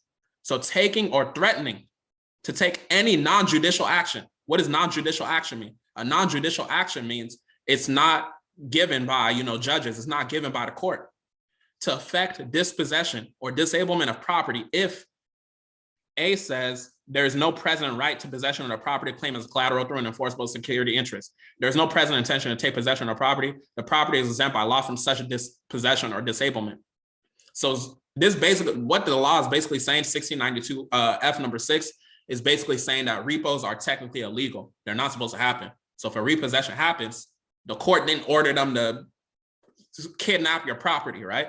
So if you have a repossession, what you want to focus on as far as the FDCPA is 15 USC 1692 F number 6. So really pay attention over there. Look, number 7 is redundant as well. 1692 F number 7. Didn't we talk about communicating with the postcard earlier? $1,000, right? They don't really do postcards anymore, but look at number 8. Number 8 is going to be a violation for everybody. Using any language or symbol. Didn't we talk about that earlier? Any language. What's a language? This is an attempt to collect the debt. Okay, that's a violation. 15 USC 1692 F number 8. Pursuant to 1692K, I need $1,000. Symbol. Chase's symbol, Bank of America symbol. Why is it on this letter? I'm circling it. That's a violation of 15 USC 1692 F number 8. Pursuant to 1692K, that's a violation. So just really understand there's several violations. The FDCPA, out of the big three, if you don't know, is the Fair Credit Reporting Act, 1681, which I taught already. Truth in Lending Act, which is a 1601 and 1602 definition section, and then the FDCPA 1692. The Fair Debt Collection Practices Act is probably, in my opinion, where you should start if you haven't started studying consumer law. I think it's the easiest one to understand, and it's just several violations. And the fact that there are many violations, even if you miss some violations, there's so many violations, you're gonna rack up a lot of money within your remedy. So yeah, just keep that in mind as you're going through it. Any questions? Any questions? Remember, we're just diving into the definitions. I've covered some of this stuff on a podcast, so a lot of this may be review if you listen to the podcast, but we're gonna get deeper into the stuff that I don't cover on the podcast. I only cover in consultations. Remember, consultations, 30-minute consultations are $350 currently. It's gonna go up to $500 pretty soon, but currently they're $350. I think everybody in here used a 40% off code, so you got the class for $120. So you're saving a lot of money, by taking action and being in a course class, whatever you want to call it. All right, so we're gonna go to validation of debts. I'm gonna give y'all a UCC code, Uniform Commercial Code. That's very similar to validation of debts. That's one of the things I haven't talked about on the podcast. I've only talked about it in consultations, but we're gonna talk about 1692G. 15 USC 1692G, validation of debts. So basically, the section 1692G, whenever you're writing your debt validation letter, which is part of your administrative process, you're basically letting them know what they have to do to actually validate that debt. But even though you're reading the 5 things that they have to do to validate the debt, understand that they cannot validate the debt. Only you, the consumer, can validate the debt. So just keep that in mind as we're going through. Notice of debt, contents. Within 5 days after the initial communication with the consumer in connection with the collection of any debt, a debt collector shall, unless the following information is contained in initial communication or a consumer has paid the debt, send the consumer a written notice containing. Number 1. Oh, before we even continue, like I said, as y'all are going through it, if you want to tag me on your story or something, let the people know what you're doing, let the people know, you're getting the information, go ahead. So number 1 says the amount of the debt. So number 1, they have to say the amount of the alleged debt. Remember what I said about the hyperlinks. When you click on the hyperlinks, it lets you know, it takes you back to the definitions. So the term debt means any obligation or alleged obligation. So get in the habit of clicking on them hyperlinks. So let's go back. They have to let you know the amount of the debt. Number 2, the name of the creditor to whom the debt is owed. Number 3, a statement that unless the consumer within 30 days after receiving the notice disputes the validity of the debt or any portion thereof, the debt will be assumed to be valid by the debt collector. So I have to let you know that too. Number 4, a statement that if the consumer notifies the debt collector in writing within the 30-day period that the debt or any portion thereof is disputed, the debt collector will obtain verification of the debt or a copy of a judgment against the consumer, and a copy of such verification or judgment will be mailed to the consumer by the debt collector. And number 5, a statement that upon the consumer's written request within the 30-day period, the debt collector will provide the consumer with the name and address of the original creditor if different from the current creditor. So I'm gonna give y'all a secret. All 5 of these things, these debt collectors are never going to give it to you. But like I said, even if they give it to you, the language is very, very important. Even if they give you the 5 things, what does debt even mean? Any obligation or alleged obligation. If it's an alleged obligation, even if you give me the 5 things to actually satisfy or validate the debt, it's still an alleged obligation. I wrote to you, it's an alleged obligation. So it's an alleged obligation. That's the foundation. So really just understand, even if they send you the 5 things, which they won't, it's an alleged obligation. We're going to walk through my affidavit example. It's an 11-page affidavit. It's asking more than like 50 questions, basically. So you have 5 here, but in the affidavit that I send, it's like 50-something questions. They're not going to answer every question. So by law, your affidavit is your most important piece of information when it comes to, winning in court and all that. So by law, that affidavit is going to stand true, because if it's not replied to line by line, it stands as true. So yeah, just keep that in mind as we get into the affidavit. I'll give you guys more information on that. But the validation of debt section, this is basically what they say has to be satisfied. And like I said, I'm going to give y'all a UCC code, Uniform Commercial Code, because, these laws go deeper than 15 USC. There's UCC codes, there's rules.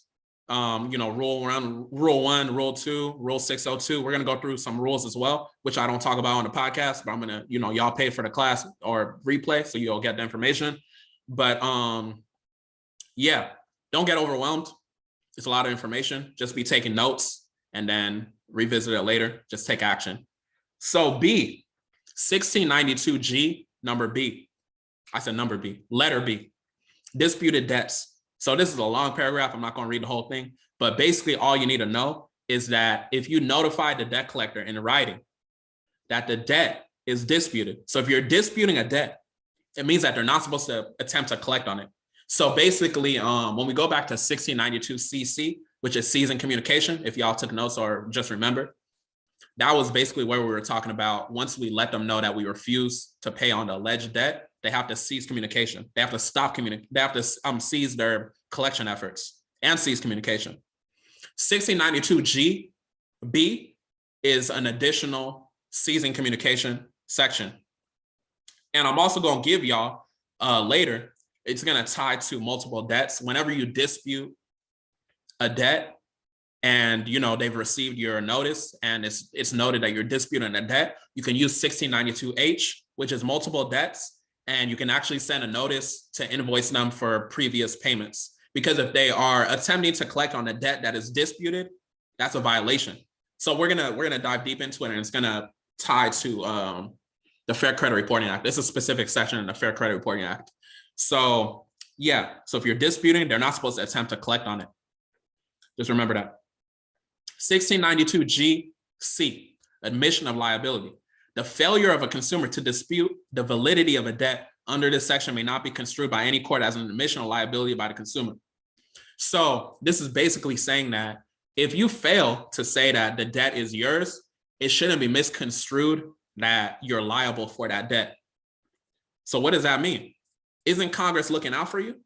Congress is looking out for you because usually it's like ignorance or law is no excuse. But the fact that they're saying that if you fail to dispute the validity of it, it shouldn't be misconstrued as saying in court that you do owe that debt. So Congress gave you all the power. They gave you all a cheat code by saying that even if you fail to say, oh, this ain't my debt, they can't say like, oh, you didn't say it's your debt, so now it's your debt. Admission of liability. So 1692G(c), that's a powerful section as well. Pay attention to that one. So that's pretty much validation of debt. Like I said, I'm going to give y'all an additional validation of debt UCC code. But that is that. Any questions? Any questions? I've been talking. I need a water break.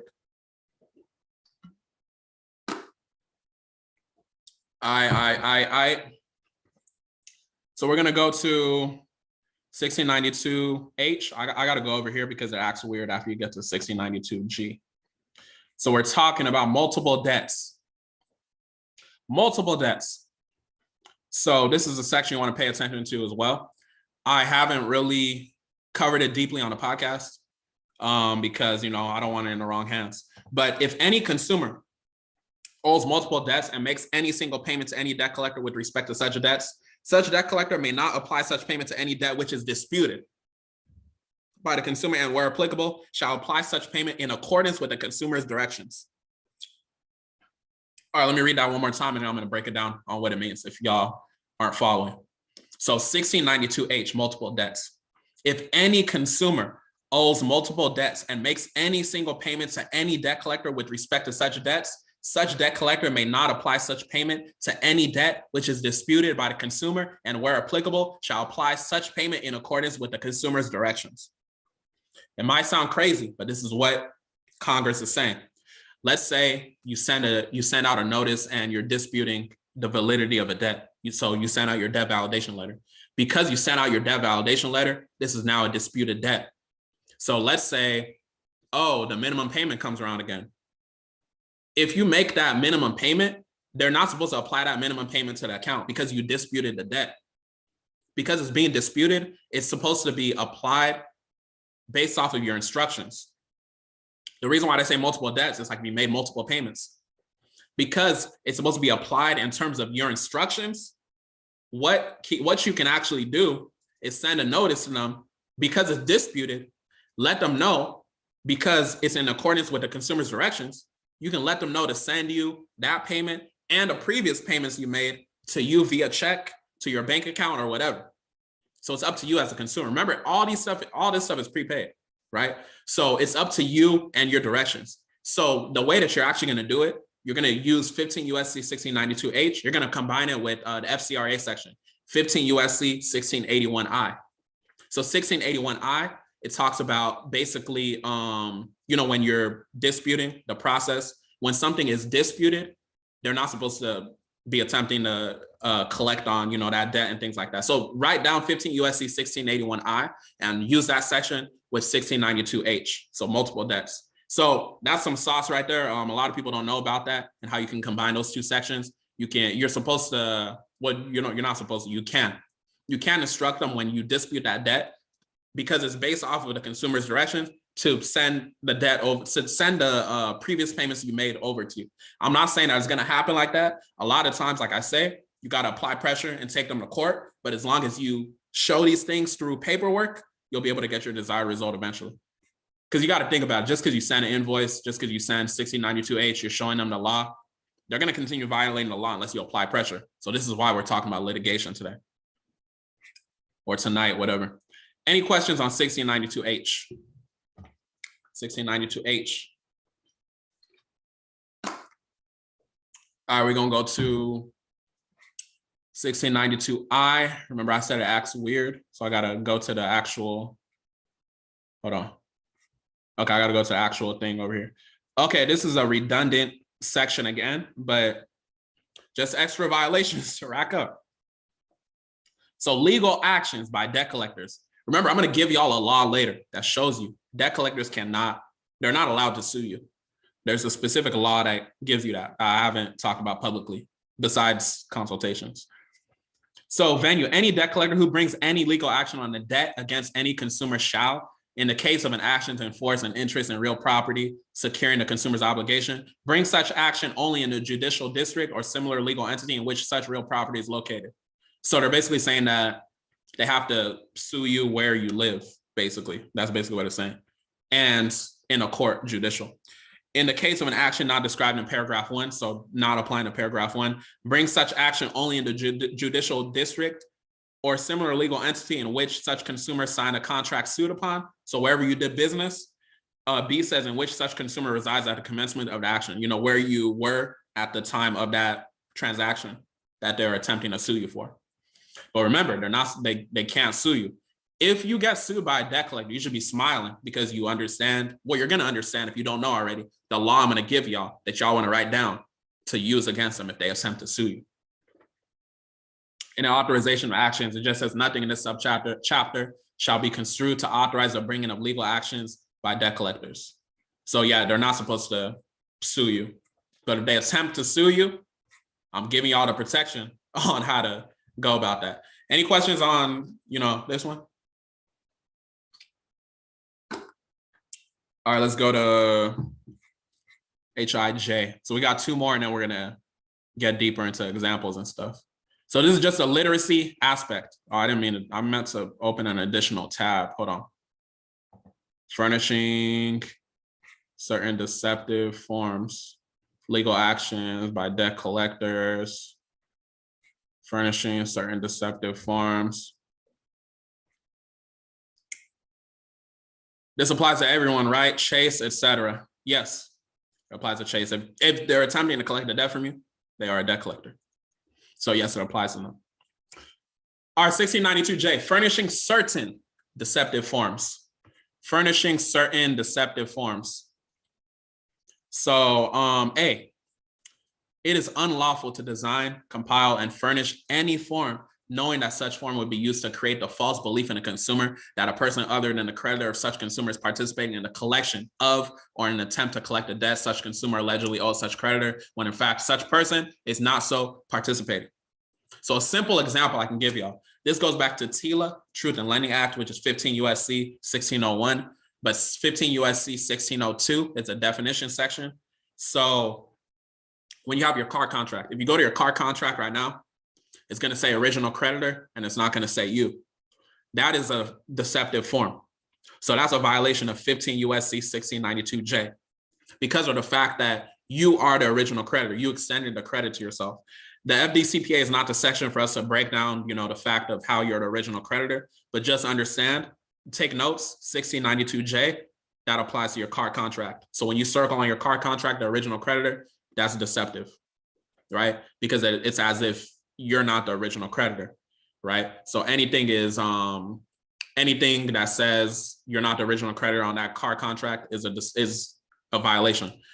An additional violation is if they don't give you like a certain disclosure. So omitting something from a certain process, that's a deceptive form. So just really be thinking about, things that you get and what is a certain deceptive form. A deceptive form, what's a deceptive form? An example of a deceptive form, because they say any form means no restriction. An example that I want to give y'all as well, they send you a letter saying that you owe a debt. If it's an alleged debt, that's a deceptive form because they're making you think that you have to pay something that you don't have to pay, right? Because you're not paying on a positive balance. So you got to really understand that. B, any person who violates this section shall be liable to the same extent and in the same manner as a debt collector is liable under section 1692K of this title. We're going to go to 1692K next. That's where the money is. For failure to comply with the provision of this subchapter. So 1692J, pretty self-explanatory, just additional, violations for y'all to get them under. The main example that I've seen, dealing with people is just the fact of, your car contract. So when it comes to rescinding that car contract, that 1692J is what you want to be aware of as far as part of your exhibits. That's only a small portion of the whole process, but that's a different conversation for a different day. So this is 1692J. I'm going to go to K if there are no questions, and then we're going to continue. So civil liability section. So you see 15 USC 1692 goes all the way to P, but I'm telling y'all, only use what you need. You don't need to get too deep into it. I used to be falling victim to getting so deep with, all these laws and things like that, but it's like use only what you need. So civil liability section. So if you don't know about civil liability, 15 USC 1681N is a civil liability section for the Fair Credit Reporting Act. So if you watch the Fair Credit Reporting Act, or if you just know about it, that's civil liability section. 1681O is also a civil liability section. So the Fair Credit Reporting Act has two civil liability sections. The Fair Debt Collection Practices Act, which is what we're talking about today, has one civil liability section, which is what we're talking about right now. The Truth in Lending Act has one civil liability section, 15 USC 1640. So Truth in Lending Act, that's going to be a separate class that we're going to talk about. But I just want y'all to be familiar with, the different civil liability sections. So amount of damages. Except as otherwise provided by this section, any debt collector, any is no restriction, right? So someone asked about Chase earlier. Chase is, if they're attempting to collect a debt from you, they're a debt collector. Any debt collector who fails to comply with any provision of this subchapter with respect to any person is liable to such person in an amount equal to the sum of any actual damage sustained by such person as a result of such failure. So an actual damage is dependent upon you. For me personally, if you're using obscene or profane language, that's a damage to me. That's harmful to my reputation. You're saying I owe a debt I don't owe. You put something on my credit report or my consumer report, that's harmful to my reputation. That's an actual damage. You put something on my credit report, it's aggravated identity theft because I did not give you consent to put it on there. That's a damage, actual damage, right? So it's really up to you to determine what an actual damage is. So in the case of any action by an individual, such additional damages as the court may allow, but not exceeding $1,000. So that 2A is where you understand when we say it's $1,000 per violation, where it's $1,000 per violation, right? And when you're doing it, when you're suing in district courts, the max you can get is $75,000 you can sue for. But there's a further relief section, which is, and this goes deeper, or we're going to go deeper into it. It's 28 USC 2201. There's a further relief section if you want to sue for more than $75,000. That's what you would use. But yeah, we're gonna go deeper into that in a little bit. But I don't want to give y'all too much information to where you won't take action. When it comes to litigation, we're going to talk about litigation in a little bit. We're looking at 1692 KD, right? So a lot of people, this is where a lot of people just focus on. A lot of people just focus on, any actual damage right here. A1, 2A, etc. But when we're talking about actually taking action, like I said, I haven't mentioned this on the podcast because, I don't know who's serious, right? You guys invested in the class. I know you're serious. So let me tell y'all what we actually focus on when it comes to taking these people to court.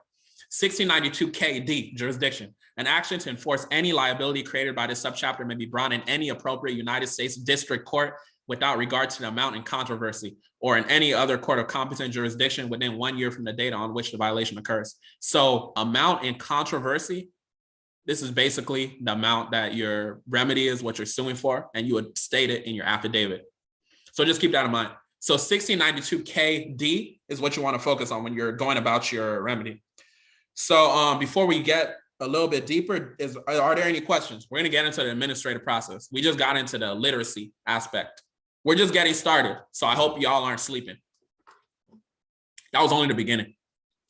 And that should have been reviewed to a lot of y'all, to be honest. If it wasn't reviewed, don't be discouraged, because I know not everybody knows about the law, but that was really only the beginning. Any questions? Okay, we ready to get into the real stuff, huh? All right, so let's get into the administrative process. Hold on.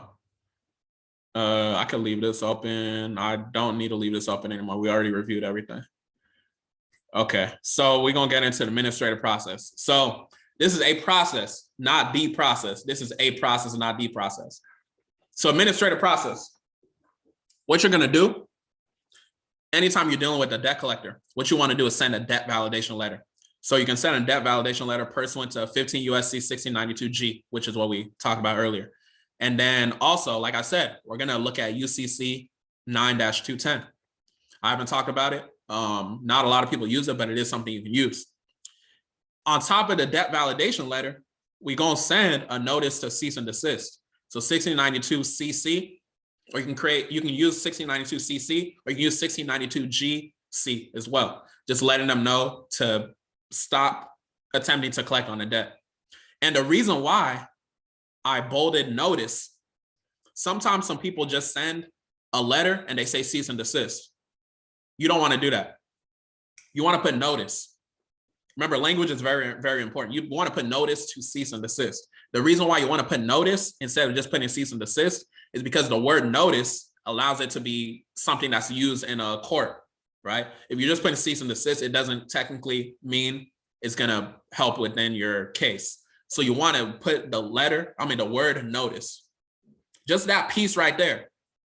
I don't think I've talked about that on the podcast. I only want to give information to people that are serious. So remember to put the word notice when you're writing your cease and desist. So once you send that debt validation and your notice to cease and desist, let's say it's 14 days, 30 days, you gave them, right? When it comes to UCC 9-210, the reason why I like using UCC 9-210, which is a different form of validation of debt, it allows you to say they have to respond in 14 days. And remember what I said about time. Time is very, very important. We don't have time to be waiting left and right for them to reply to us, right? So we want to get straight to it. So once that 14 days, 30 days happens, where we sent our debt validation and our notice to cease and desist, we want to send it certified because we want to make sure when they receive it.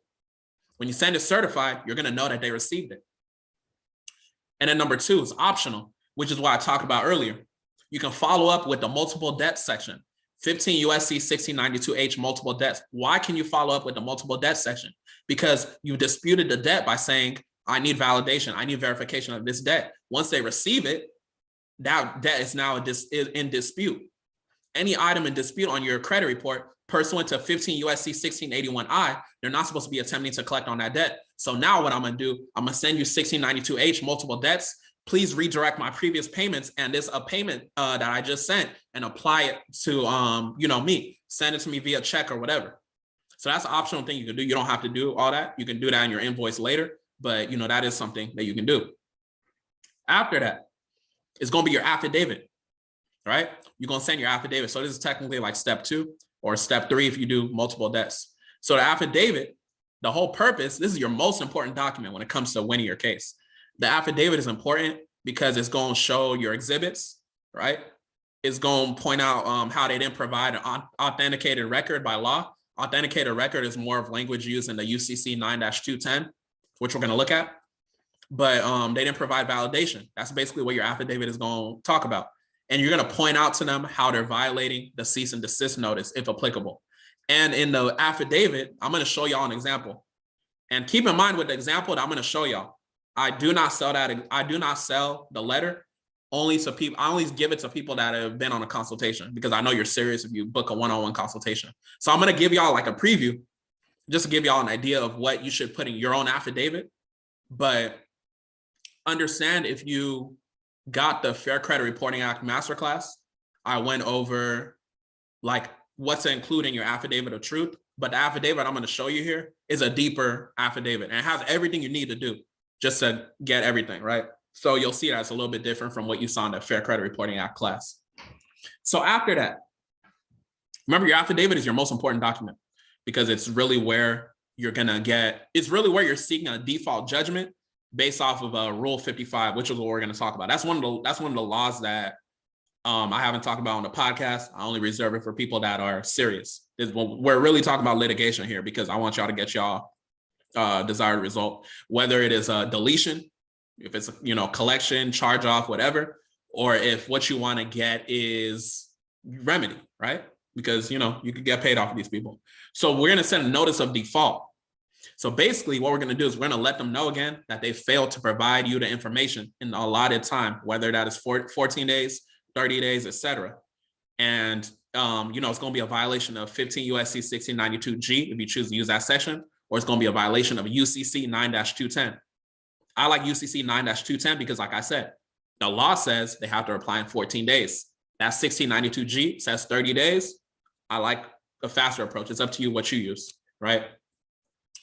And then, you know, you're going to have an opportunity to cure. So you're going to send them that letter.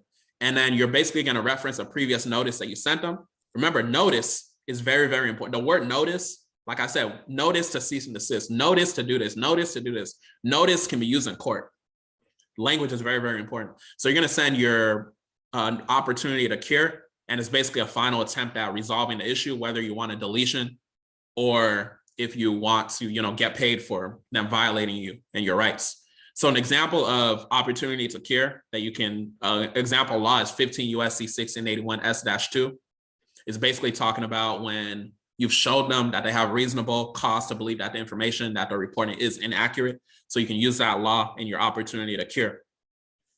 If you don't get your desired result, we don't got time to be going back and forth with these debt collectors. Nothing is saying that you can't sue these debt collectors. So then we get into litigation, right? So we're going to get into it. I'm going to get y'all started as far as it. And then if you want more information, obviously, you know, when you're suing somebody, you can get thousands upon thousands of dollars. I don't think it's crazy to let y'all know if y'all want, you know, assistance with the process, you're going to have to book a consultation. What is $350 to, you know, what you're going to get in court, right? So just keep that in mind. What I want to say, going back to what I said in the beginning, this is a process, not the process. So my point in saying that, your affidavit, this is how I do it. Now, just over time, I've, you know, changed the process. I used to do the administrative process just like this, right? Send a letter, wait for them to reply, send a letter, wait for them to reply, send a letter, wait for them to reply. Your affidavit can include everything. So you can send one notice and then just get straight to suing them if you want. So affidavit can include the notice of default, and it can include opportunity to cure. You can warn them in one letter, everything that they have to do, and it includes your debt validation. So your affidavit can include literally everything. You can do everything in one notice because we don't have time to be going back and forth with these people that don't want to, you know, stop harassing you. So you can do it and then get straight to litigation. I just want y'all to know that. And then one thing too, a best practice, I want y'all to look up the register agent address of the debt collector. I want y'all to look up the EVP, which is executive vice president if you can. And I want y'all to look up the general counsel if you can. The general counsel is basically like the attorney or whatever for that company.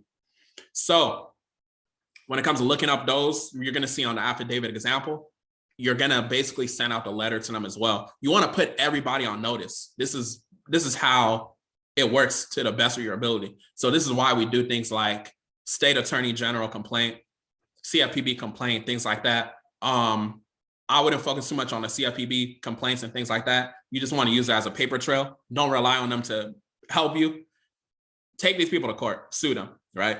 So that's what I would recommend to y'all. And then a lot of people don't know, but you can notarize with or without the United States. So notarizing with or without the United States means that you can, if you're doing it without the United States, basically you don't have to go through a notary. You don't have to get the document notarized, right? So this is the power you have as a consumer within, you know, United States. So a lot of people don't know it's more than one United States.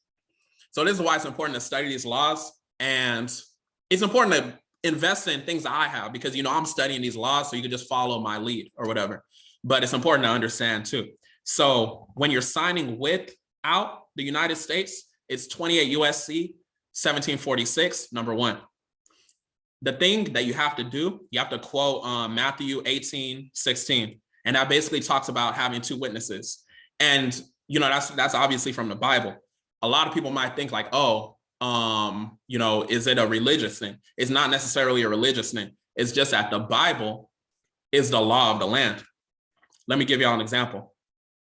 There's a public law you can look up. I forget it off the top of my head that lets you know the Bible is a law of the land.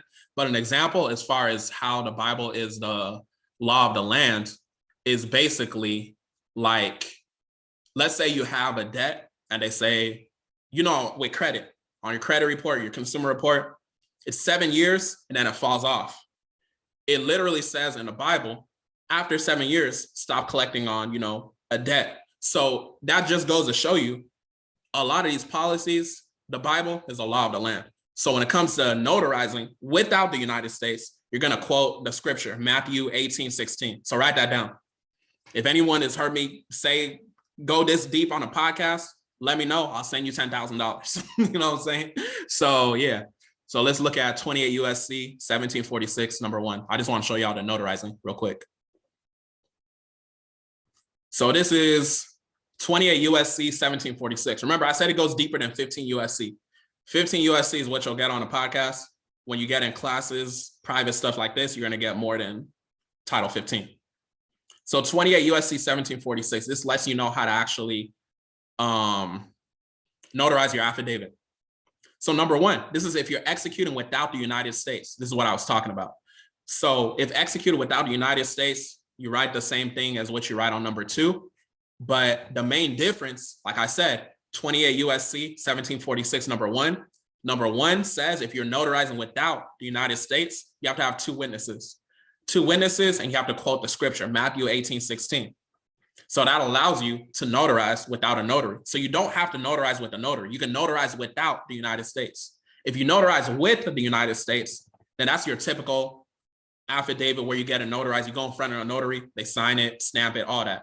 But if you want to notarize without the United States, 28 USC 1746, number 1. When it says 2 witnesses, that's up to you, whoever that is. So yeah, just really understand that. Do more research on that on your own. That's more independent study stuff. I just wanted to expose y'all to that because, you invested in the class. I want to give y'all the bang for your buck. I think everybody here using the code, you invested $120. I hope by the time we're done with the class, you think $120 was worth your time being here. All right, so I also want to show y'all the UCC code I was talking about. So this is a different form of not affidavit. This is a different form of a validation of debt. So UCC is Uniform Commercial Code. And Uniform Commercial Code is commercial law. Courts, they use commercial law. So these laws are very, very powerful. So UCC 9-210 is request for accounting. You as a consumer, you have a right to request for accounting. What is a request for accounting? The one I want you to focus on is UCC 9-210, number 2. So UCC 9-210, number 2 says request for accounting. Request for accounting means a record authenticated. That's all I want you to focus on. A record authenticated, right? So an authenticated record means that it's signed by an official. So if you send out a debt validation letter and you decide to use UCC 9-210, what you're telling them is that they have to give you a record authenticated. So when they send you something that is a statement saying that, oh, these are things you paid and all that, it wasn't signed. It wasn't authenticated by an official. It has to be authenticated by an official, and they're never going to do all that. Why is that so powerful? Because they're never going to do all that. That means they didn't adequately validate the debt. You have a right to request for an accounting, right? So because they're not going to send you a record authenticated, that now becomes the fact that they didn't answer adequately to your affidavit. So you put this in your affidavit, how they didn't answer it, and now your affidavit stands as a truth. So you can use 15 USC 1692G for your validation of debt and your debt validation letter, or you can go to Uniform Commercial Code. You can use UCC 9-210, request for accounting. And like I said, the reason why I like UCC 9-210 is because of speed. Let me show y'all in the law where it says 14 days is when they have to reply. So a person that receives a request for accounting for authenticated record, look right here. Within 14 days after receipt, by saying the debtor an authenticated record. So basically it's saying when they receive that notice, they have to reply in 14 days versus 30 days in a 1692G. So that goes a little bit deeper beyond the scope of Fair Debt Collection Practices Act, but UCC 9-210 is related to debt. So that's why I wanted to include it in the class. and just reward y'all for investing in yourselves. So that's UCC 9-210. And we also went over 28 USC 1746. So, notarizing without the United States. So now what we're going to do is we're going to go through the example affidavit. And then we're going to go over invoice and other stuff. How y'all feeling? Are y'all with me? Let me know if y'all awake. Let me know if y'all sleeping. Let me know what y'all doing. Hopefully y'all awake. If you're sleeping, if you're missing anything, hopefully you bought the replay or you buy the replay. All right, so like I said, you can put everything in one notice. Everything can go in one notice, right? So this is your affidavit. This is the 11-page affidavit that I use personally. Like I said, I don't trust everybody to take action. So I only give this template to people that booked a consultation. So if you booked a consultation, then you can get this affidavit. But if you didn't book a consultation, then you obviously don't have the affidavit. So let's just walk through it real quick, and then we're gonna go into the next section. So notice to agent is notice of principal, notice of principal is notice to agent. If you don't know what that means, this basically just means when you send out this affidavit, the notice to agent is notice of principal is notice to agent. It means that by law, it's supposed to get to the right person, the right department. So for example, sometimes when you send out these notices, it gets to the clerk, the front desk clerk. That's not even the right department. It could be the wrong department. But when you put notice to agent is notice of principal is notice to agent, it's a binding document. It has to get to the right person. And then I put silence as acquiescent. I put silence as acquiescence. What does that mean? That means if they don't reply, it stands as truth. But it doesn't just go there. If they don't reply line by line, it still stands as truth because they didn't refute it correctly. An affidavit has to be refuted line by line in order to be refuted adequately, but they're never going to do all that. If they won't do it on a simple debt validation letter that might be 1 to 2 pages, you think they're going to reply line by line to my 11-page document? No. So yeah, put the date, put your name and address, put the debt collector's name and their address. And then this is why I say you want to look up the registered agent. When it comes to, getting your desired result and doing this effectively, you're going to have to do research. So you might be like, how do I get the registered agent? Google the Secretary of State, right? They should be registered as a business on the Secretary of State. Where do they do business? You'll find a registered agent. You'll find a registered agent address, right? You can search the Secretary of State website in the state that they're registered in. So you should know where they're registered in, obviously. You can also search their trust indenture. So just really understand that. Okay, hold on. Let me scroll down. My picture is in the way on this Zoom. All right, so if you do have the document, you want to keep this in there. And then you would say you, private woman or man. You'll put your first, middle, and last name. You would just say, basically like in a normal affidavit, that what you're about to say is facts and to the best of your ability. And then what we put is within 14 days of receiving this document, they have to reply. If they don't, it's they didn't reply to it adequately. So now they're in trouble, right? And then remember what I said. A lot of people just say, 15 USC 1692K, that's how you get money. But we're looking at 15 USC 1692K D specifically, right? So we're looking at D specifically. So basically, once I say that, I tell them I'm looking for a Rule 55 judgment, Rule 55 default judgment. We're gonna get deeper into that, but Rule 55 judgment, default judgment. This means that if they don't reply, I'm looking for a default judgment. I'm gonna get my remedy. So that's how you want to look at it as. Remember, this 11-page document. So then I say I require proof of the following to authenticate, this account. So 1692C, proof of your permission to contact me regarding this debt. Obviously, we didn't give them permission, so they can't even prove that. Number one, they can't even prove that. So it's like they can't even refute the document. But we asking them over 50 questions here. Proof that I gave you permission to speak to me as a communication from an attorney is illegal.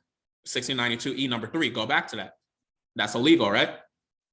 And then, it just goes on to say different things that they have to satisfy. And like I said, I give this to people that have been through consultations. If you haven't been through a consultation, you can book a consultation. I'll give you this example. That's how I'll know you're serious. But yeah, it asks all these questions. We go through like over 50 questions. And then basically At the end is where you certify. Remember, your signature is very, very powerful. So if you're certifying, if you're notarizing without the United States, 28 USC 1746 number 1, that's what you'll say here. So I notarize without the United States. So that's what you'll put there. And then I just put John Doe as an example. Like a normal affidavit, you'll say the day and the month. And then you'll say attached exhibits of violations and invoice for violations. So exhibits are everything we did earlier, right? Everything we did earlier as far as identifying the violations and things like that. Also, I just remembered I got to show y'all the PDF I'm going to send y'all. Those of y'all in the live class. So I'm going to do that in a little bit.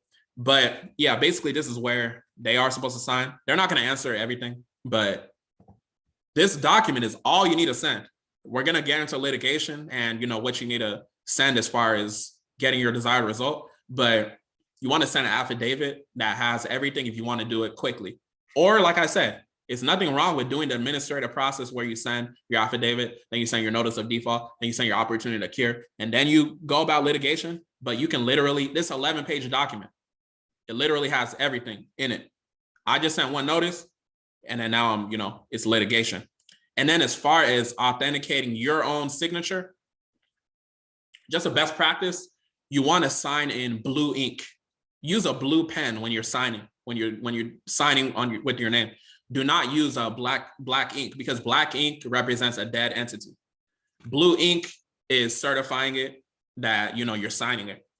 And then what an additional thing you can do to authenticate it, you can get a red ink pad. Red ink pad, thumbprint. Your thumbprint is very, very powerful.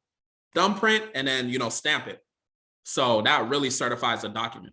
So that's what you send out. Once you send that out, they're not going to reply to it within that 14 days. And then that's when we get into litigation. But before we even get into litigation, I want to walk y'all through the whole invoice thing.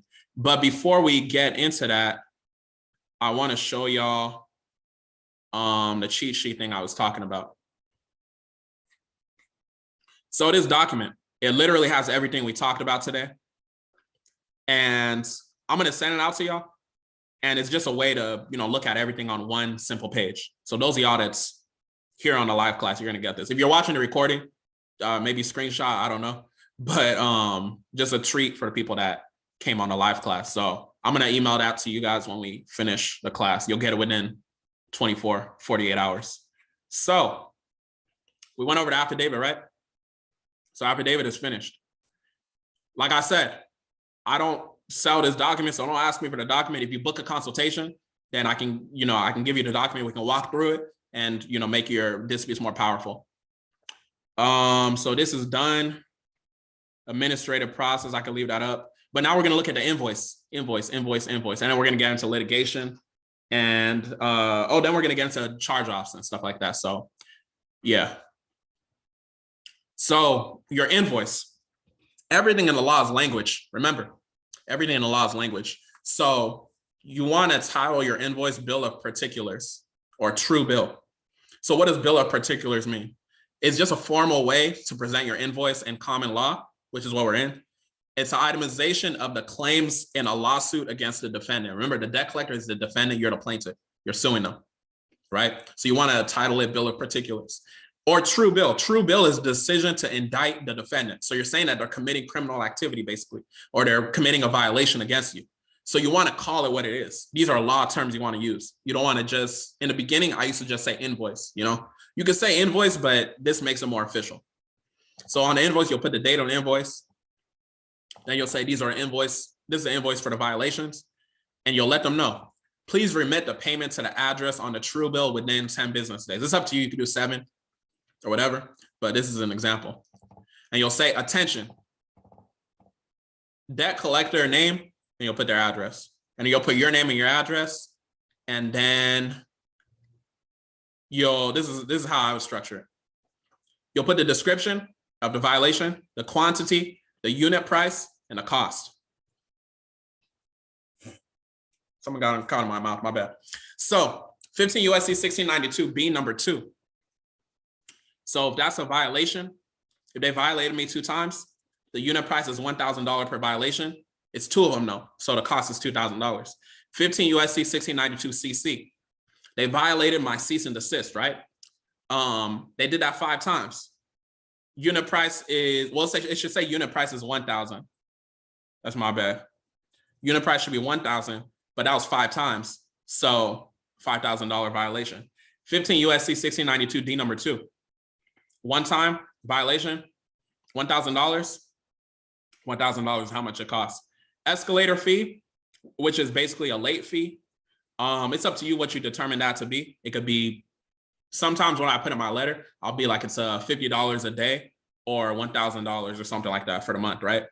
So you could make it $1,000 and then, that's $1,000. So you'll put the subtotal and then you'll put the total. And it's $9,000 in this example. Then you'll say, thank you.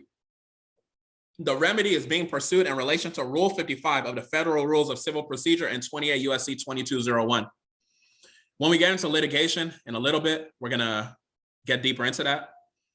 But this is basically how you wanna structure your invoice. And then you're gonna put your name, beneficiary. In law, beneficiary is a person, receiving the remedy. So that's why you wanna structure it like that. Any question on the invoice? Any question on the invoice? How are we feeling? Are we awake? Are we sleeping? Let me know.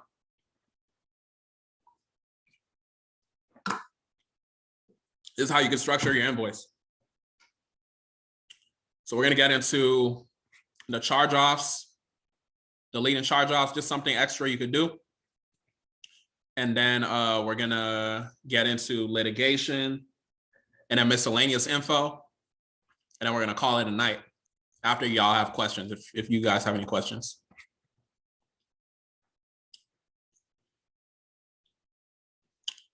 Okay, no, there's a question. Can you invoice them for deletions too, since it's technically an omission? That's something I wanted to say. I think I was going to cover it later. But yes, you can invoice them for the deletions, because what you want to do with your invoice, okay, this is what I should have said. What you want to do with your invoice is you want to invoice them as soon as an action happens. So let me expound on that. You want to invoice when an action happens. When you get a deletion, that is admission. So that's when you're invoicing them. But if I don't know if your question is saying if you invoice them before you get a deletion, you invoice them after you get a deletion. I don't do that. I wouldn't do all that. But basically, when you're invoicing them when an action happens. 2 actions. One action is they delete the information. A second action, they don't reply adequately to your notice. They ignore your notice. That's an action. They took an action to not reply. So you invoice them. So whether it is a deletion or they don't reply, you can invoice them. So yes, you can send an invoice after they delete, because that is an action. Technically, you're supposed to send an invoice after an action happens. An action can be when they delete it, because that is admission. An action can be they didn't delete it and they ignored you, right? So basically, let's say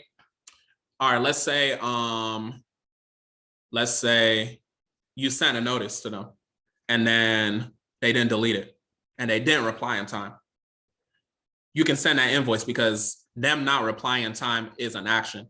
Let's say you send a notice, they do delete it. They admit it. So now you want to go back and invoice them.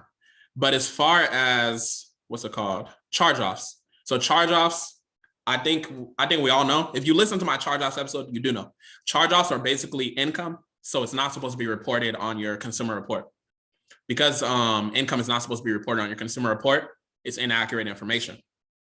So we're obviously going back to the Fair Credit Reporting Act. So charge-offs can be very, very stubborn sometimes. So one thing that we've been doing within our business as far as credit repair, sometimes what we'll do is we'll send out IRS tax fraud forms. And this is something you can implement within your own pursuit if you're helping someone get a charge-off deleted or if you're deleting a charge-off yourself. So this IRS tax form that you're going to want to send as far as IRS fraud is a form 3949A. So basically, you're going to fill out section 2, which is about the business. Let me pull up the form. Hold on. Okay. So yeah, let me max out my screen. So if you got a debt collector, charge off, whatever, you're going to skip number 1 because it's not about an individual. Number 2 is going to be the name of the business. So you're going to put their information. And then number 3, you're going to describe the violation. So it's really up to you. But what we do is a lot of these boxes you can check. The one that we choose is we check false exemption, false deductions, failure to withhold tax, failure to file return, and other. So like I said, it's up to you what you decide to choose, but that's what we do. The whole purpose of filling out this form is letting the IRS know that they did not send you your 1099-C, because this is the approach you want to do with a charge-off. Whenever you have a charge-off, you want to request a 1099-C form because the company wrote off your debt and they're supposed to have filled out a 1099-C form. If they didn't fill out a 1099-C form, they're committing tax fraud. So this is why if you send out the notice and they don't send you that 1099-C, which happens a lot of times, take it directly, send a notice to the IRS for tax fraud. I'm not saying the IRS is going to do anything, but it helps when you're filling out a form where they do business to the Attorney General. You let the state Attorney General know in your complaint. You filled out an IRS tax fraud form. You put in your CFPB complaint and other complaints. I'm just giving y'all an extra measure as far as, this is related to the scope of debt collection. So this is what it is. If you don't have charge-offs, you don't deal with charge-offs, just sit through what I'm talking about right now. But yeah. So like I said, number 3 is where we check those boxes. Number 4 is where you would skip. Number 4, you would skip it. And then number 5 is where you describe what happened. So this is how we do it. We say, so this is after we sent a 1099-C form. I requested my 1099-C form that should have been given to me by insert the name of the company, but they failed to give it to me. So it is under my assumption that they have committed tax fraud by not filing. The account number for this reference account is XYZ. If they did file a 1099-C form and just didn't give it to me, it needs to be deleted from my insert the credit consumer reporting agency it's reporting on, wherever it's reporting, because it's inaccurate. Since per the IRS, it is now classified as income, and income is not supposed to be reported on a consumer report. So that's where you would put in number 5. So this is what you would put. And then number 6, additional information, you can skip that. Number 6, you can skip that. And then section C, number 7 is about yourself. So you put your own information, whatever applies. So if you're doing it for a client, put the client's information. And then you're going to print the form and send it to the IRS. So you're going to IRS, can I highlight this? Oh yeah, I can. PO Box 3801 in Ogden, Utah. So you're going to send that out and you have notice that you've sent it out to the IRS. So mail to Internal Revenue Service, PO Box 3801, right? And then once you do that, in my opinion, the next step will be litigation. Because the whole point of litigation is you attempted to resolve the issue that you have with them in private. So this brings me to my next point. Let's talk about litigation. Anybody have any questions about the charge-offs? Let me know. That was just a quick walkthrough. I don't think anyone has questions, but if you do have questions, go ahead and let me know. Or we're gonna get straight to litigation. This is the fun part. We're gonna get straight to suing these people when they're not acting right, which is 99% of the time. All right, so litigation. So when it comes to litigation, I need y'all to really make sure that you built up your case prior to suing. The main thing, your main piece of evidence is in them not replying line by line to your affidavit. When they don't reply line by line to your affidavit, remember that 11-page affidavit I showed? If they don't reply line by line to that, which I've never had a situation where they reply line by line to it, you got yourself a case, you can sue them, right? So like I said, like I was just saying like a minute ago, the goal is to settle in private with a private claim, but if they don't resolve it, we make a complaint, which is public, meaning we're suing them, right? And then like I said, we're gonna be suing pursuant to 1692 KD.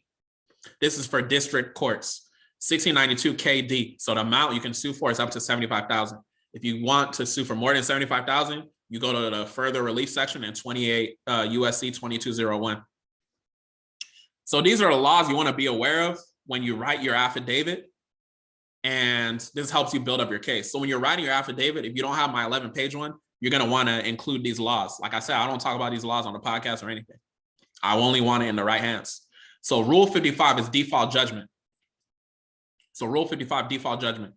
Write that down and look it up. Default judgment, you want it by the clerk. You don't want it by the judge because the judge is not there to, help you or anything. Default judgment by the clerk, when you read it, it says a sum certain.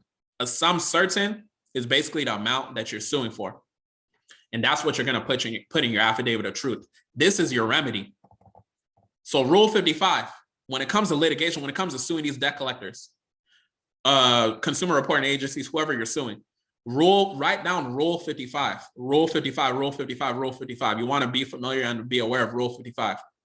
Put that in your affidavit of truth, affidavit of truth, whatever you want to call it. You want to combine Rule 55 with 28 USC 2201A. This is the creation of your remedy. 28 USC 2201A. This is the creation of your remedy. When you combine Rule 55 and 28 USC 2201A, this is where you're able to, get the remedy for the violations that we invoice them for. You also want to use Rule 301. Rule 301 basically says that they have an obligation to reply line by line to your affidavit. So you're just using all these laws to back yourself up to have the best case in the world. And then Rule 602, this is the need for personal knowledge. This basically rules out attorneys from participating in a case. So let me give y'all an example. If you're dealing with a debt collector, you're suing a debt collector. Obviously, with that debt collector, something happened where you applied using your social security card and everything. So in that transaction, the only dealings was with you, the consumer, and the creditor, the debt collector, right? So if an attorney is communicating with you, let's say they hire an attorney, the way to roll that out is use Rule 602. So use Rule 602. If you let an attorney know about Rule 602, they're going to know and be like, okay, this person knows what they're talking about. And they have no choice but not to reply, because when it comes to law, everything's under the penalty of perjury. So for an attorney to come and say and represent them, Rule 602 knocks that out because they didn't have personal knowledge of the situation because they weren't there for the transaction. This is why Rule 602 is very, very powerful. So really understand that. As far as formulating it and everything and the proper forms to fill out, you'll have to book a consultation for all that. But, I just want to expose y'all to it if you're not familiar with these rules and, 28 USC and all that. So like I said, also in 28 USC, notarizing. You can notarize with or without the United States. 28 USC 1746, number 1. If you want to sign without the United States, you just have to have 2 witnesses. And remember, quote, scripture. You want to use those 9x12 manila envelopes. So when you're sending out your documentation and everything, use those envelopes. Don't be just using regular envelopes. You don't want to be folding papers. You want those big envelopes so the paper can stand in there and not be folded. You want to take this court stuff serious. And you can sue in small claims court. Usually it'll be like $60 a file. Or you can sue in district courts. It's about like $400. If you don't want to pay the $400 to sue, I'm going to give y'all a form. I'm going to reference a form that you can use to fill out to waive that fee. So you can technically sue for free, right? So just do your research and fill out the proper paperwork. Like I said, you could book a consultation if you want more information. I'm just presenting it to y'all. It's a lot of information today. So obviously just pay attention, take notes, do more research later. All right, so when you're suing in district courts, so the forms you want to have is your civil cover sheet. You want to have your complaint for civil complaint form, and you want to have the summons and civil action form. So the summons and civil action form, each company you're suing is going to need this form, need the summons, right? So let me give you an example. Let's say you have a debt collector, they're reporting something on your consumer report that you don't want reported. So let's say it is debt collector 1. Let's call them debt collector 1. So if you're suing debt collector 1, but what's reporting is on your Experian, TransUnion, and Equifax, you need to also sue Experian, TransUnion, and Equifax. So they get the same damages, right? Because they're also participating in the situation. And when you're sending out your notices and when you're serving, you need to send it to every single person, right? Every single corporation or whatever you want to call it. So just keep that in mind when you're doing your summons. You want to send an example. You want to send a summons document to everybody involved. And then, which is optional, this is a form for waiving that $400 fee. So application to proceed in district courts without prepaying, right? So this is what you can submit. These are the forms you basically need to, get this process started for suing, for litigation. And, using these rules, Rule 55, Rule 301, Rule 602, 28 U.S.C. 2201. This is how you get the ball rolling. If you want more information, like I said, book a consultation. But this is just presenting it to y'all. As far as like suing Equifax and small claims court, let me give y'all an example. So what you're gonna need a copy of your statement of claim. So basically, you can e-file. So you go online and fill out something, and then basically the clerks, they have to approve of your case. As soon as you fill it out, it should be approved within 5 to 10 minutes if you fill it out right, depending on how busy they are, I guess. In my experience, like 5 minutes, it'll be approved. And then you have to get 3 copies of the marshal's entry of service document. So you have to send 3 copies of that document. So look up that document, and then you send a $50 money order to the marshals. So that's an example of suing Equifax and small claims court. And yeah, that's pretty much what it is as far as litigation and getting the process started. Any questions as far as that before I go on to the miscellaneous section? This is how you want to start the process. This is how you want to start the process of litigation. It can get really deep, but I just wanted to present it to y'all. Y'all do further research. Make sure you're understanding what the FDCPA is actually saying, and then you'll be able to get your desired result. All right, we're going to go into the miscellaneous section, and then we're going to be closing it out if y'all don't have any questions. So it's a litigation. Let me just leave that up. Okay, so there's questions. So miscellaneous. It's miscellaneous information. I want to give y'all some extra laws that you can use besides Title 15 that you can study for independent study. So laws for independent study. UCC 9-210, which I mentioned earlier, request for accounting. 14 days, they have to reply, right? Request for accounting is request for an authenticated record. So them sending you a statement, that's not a validation or verification, whatever you want to call it.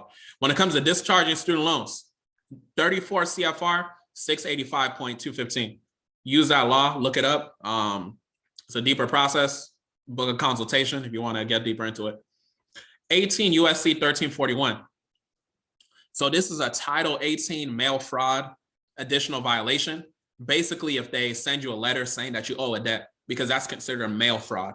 So obviously we focus on Title 15, but Title 18 also has violations you could use based off of them attempting to collect a debt from you. So just look that up and study it more. Rule 55 default judgment, that may be new for some of y'all, like I said. 28 USC 2201, creation of your remedy. Rule 601, remember I mentioned earlier, I said I'm going to tell you a law that says that these debt collectors cannot sue you. Rule 601, if a debt collector sues you, attempts to sue you, they can't sue you by law. Rule 601. So use Rule 601 in your refute of that, your conditional acceptance, whatever you want to call it. Rule 602, need for personal knowledge. This is the law that says that attorneys can't participate because they weren't there at the time of the transaction. So attorneys is only speaking on hearsay. The word, look at the word attorney, attorn. It means to attorn, so twist words. They're only operating on hearsay, right? So Rule 602, it'll get them attorneys out of here. So just remember that. 12 USC 83, banks cannot loan money. Banks cannot loan money, right? So 12 USC 83, this will be important when it comes to like dealing with those financial institutions with whatever credit card stuff you have. 12 USC 1431, banks are borrowers, you are the original creditor, right? So these are laws that you want to study independently and go from there. All right, so let's talk about disputing a traffic ticket, speeding ticket, I said. So disputing police, policy, officer giving you a speeding ticket. So Rule 2 is what you want to look at. Rule 2 talks about one form of action. It's basically talking about them pulling you over, trying to give you a speeding ticket is a civil action. So the whole process about disputing is a little bit deep as far as actually disputing the speeding ticket and successfully and getting it, dismissed and all that. So like I said, book a consultation if you want to get deeper into that process, but I'm here to get y'all started. a little bit more deeper than what I gave on a podcast. So you want to use Rule 2 and 15 USC 1692 as your foundation for your defense. So 1692E, right? False or misleading representation. So you want to use 1692E and Rule 2. And what you got to understand is that police officers, they are debt collectors by federal definition, right? So nothing they do can be considered criminal. You got to understand that. Nothing they do can be considered criminal. This goes back to Rule 2, one form of action. They're doing a civil action because they work on behalf of the city, which is a corporation. Register on Dun & Bradstreet. Those of y'all that know DMV, businesses are registered over there. Remember, everything is interstate commerce. So they gave you a ticket without due process. That's where the violation is, and it's a violation of the Constitution. It goes a little bit deeper, but if you look up Rule 2 and you go from there using 1692E and you send your disputes to the appropriate parties, you can definitely successfully dispute that speeding ticket appropriately. And remember, you can, because they're a debt collector, they've assumed the role of a debt collector. All those violations we talked about, that's money. So yeah, just be patient with yourself in the process and you'll be able to figure it out. All right, so some miscellaneous notes too. I want y'all to remember, sign your documents in blue ink, not black, because that means you're a dead entity. And you want a thumbprint in red ink, like I said before, because that authenticates your signature. Red ink pad authenticates your signature. You can get obviously blue pens from like Office Depot. I got a red ink pad also from Office Depot. So maybe they're at Staples too, but Office Depot, you can get all that. Remember, notarizing without the United States is 28 USC 1746, number 1. You want to quote scripture, Matthew 18:16. You want to have 2 witnesses if you want to sign without a notary. But if you want to just keep it the notary way, that's 28 USC 1746, number 2, which is signing with the United States. If your remedy exceeds $75,000, like I said, there's a further relief section in 28 USC 2202. Remember, you want to use 28 USC 2202A with the Rule 55 default judgment when it comes to getting your remedy pursuant to 1692K. Remember, we're looking at D for district courts. Best practice, send out notices to the registered agent address, like I showed you in the affidavit. This is just reminding you stuff. Invoicing, like I said, should happen after an action. What is an action? An action is they delete that item from your consumer report. An action is it's been 14 days and they didn't reply line by line, right? So that wasn't an adequate response. That is an action. That's when you want to invoice. But if you invoice before that, because you're a consumer, you're allowed to make mistakes. You're so powerful as a consumer. So don't be scared like, oh, dang, I did it wrong. All you got to do, send out an additional invoice. I made a mistake in a previous notice. This is the invoice for you, right? With litigation, you want to go after everyone involved. So that goes back to the example I told y'all with Experian, TransUnion, and Equifax. If they're all reporting that information that the debt collector is reporting on your report, right? Don't just sue the debt collector, sue all of them. And you're gonna see on the forms, they're gonna have defendant 1, it goes up to 4. So you can sue, all parties involved. And then litigation, the venue that you're gonna sue the debt collector in is where the defendant does business. This is why when it comes to litigation, when it comes to being successful with these consumer laws, you have to be good at research as well. And a lot of this research is just Googling the Secretary of State. You can even call them if you want and ask them where they do business. And yeah, look up their registered agent address. So that's pretty much it. If y'all have any questions, let me know. Some final remarks. While I give you guys a minute or 2 to ask any questions, I'm gonna make some final remarks and then we're gonna get out of here. Hopefully y'all got value from tonight. So some final remarks, take action. So there's a lot of information from the literacy to, litigation. I want y'all to have grace for yourselves, but take action. Don't just hear the information and be like, oh, it was all the sauce and all that, but not taking action. I want y'all to focus on taking action. Y'all took action by investing y'all hard-earned money and being here tonight. So take action by going further and actually, taking action as far as a process, whether that is sending your affidavit, whether that is going to court, whether that is booking a consultation with me just to get clarity on, what you need to do. You don't have to book a consultation, obviously, but obviously it'll make the process quicker. All right, don't get overwhelmed. Like I said, it was a lot of information presented today. Maybe what you got to do is go back to the foundation, which is understanding the literacy of the Fair Debt Collection Practices Act. We went over so many violations and things like that. So yeah, just really understand that. All right, and then I will send those that purchased the replay within 24 to 48 hours. If you did not purchase a replay and now you change your mind and you want to purchase a replay, just send me an email, a DM or something. I'll send you the link to actually purchase the replay because it was a lot of information. And I'm going to email y'all, those of y'all that's on the live class. So if you're watching this on the replay, you're not going to get this, but I'm going to email y'all the PDF FDCPA document that I showed y'all that has everything on one page. All right, so that is it for me. Does anyone want to come off mute and give a testimonial just about the process? If you're like shy or something, or if you don't want to, come off mute, what you can do, you can record your testimonial like 30 seconds or something and email it to me separately. But any questions or anyone want to come off mute and give a testimonial about their process, let me know. Let me know. I'm gonna give it a couple minutes for any questions, and then we're gonna get out of here. Let me know. Or if you want to come off mute and give a testimonial. Remember, you can, if you're shy or if you don't want to give the testimonial right now, you can record it as soon as we get off this and then just email it to me at michael@catactics.com. I hope y'all got value from tonight. I hope you learned something. One gem you can implement to help your situation. And yeah, that's basically my hope. I hope that y'all can take action and execute. Any questions? I'm gonna leave 1 minute left if y'all have any questions.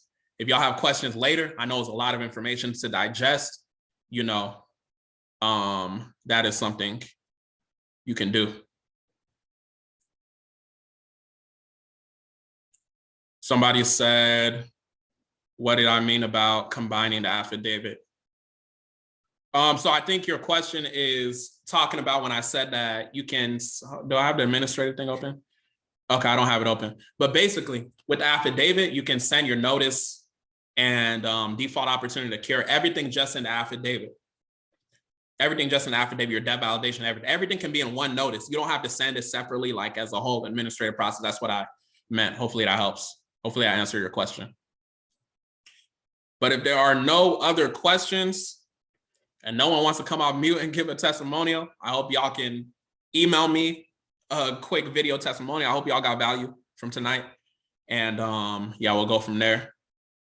Y'all have a blessed one. Let me stop sharing and let me stop the recording.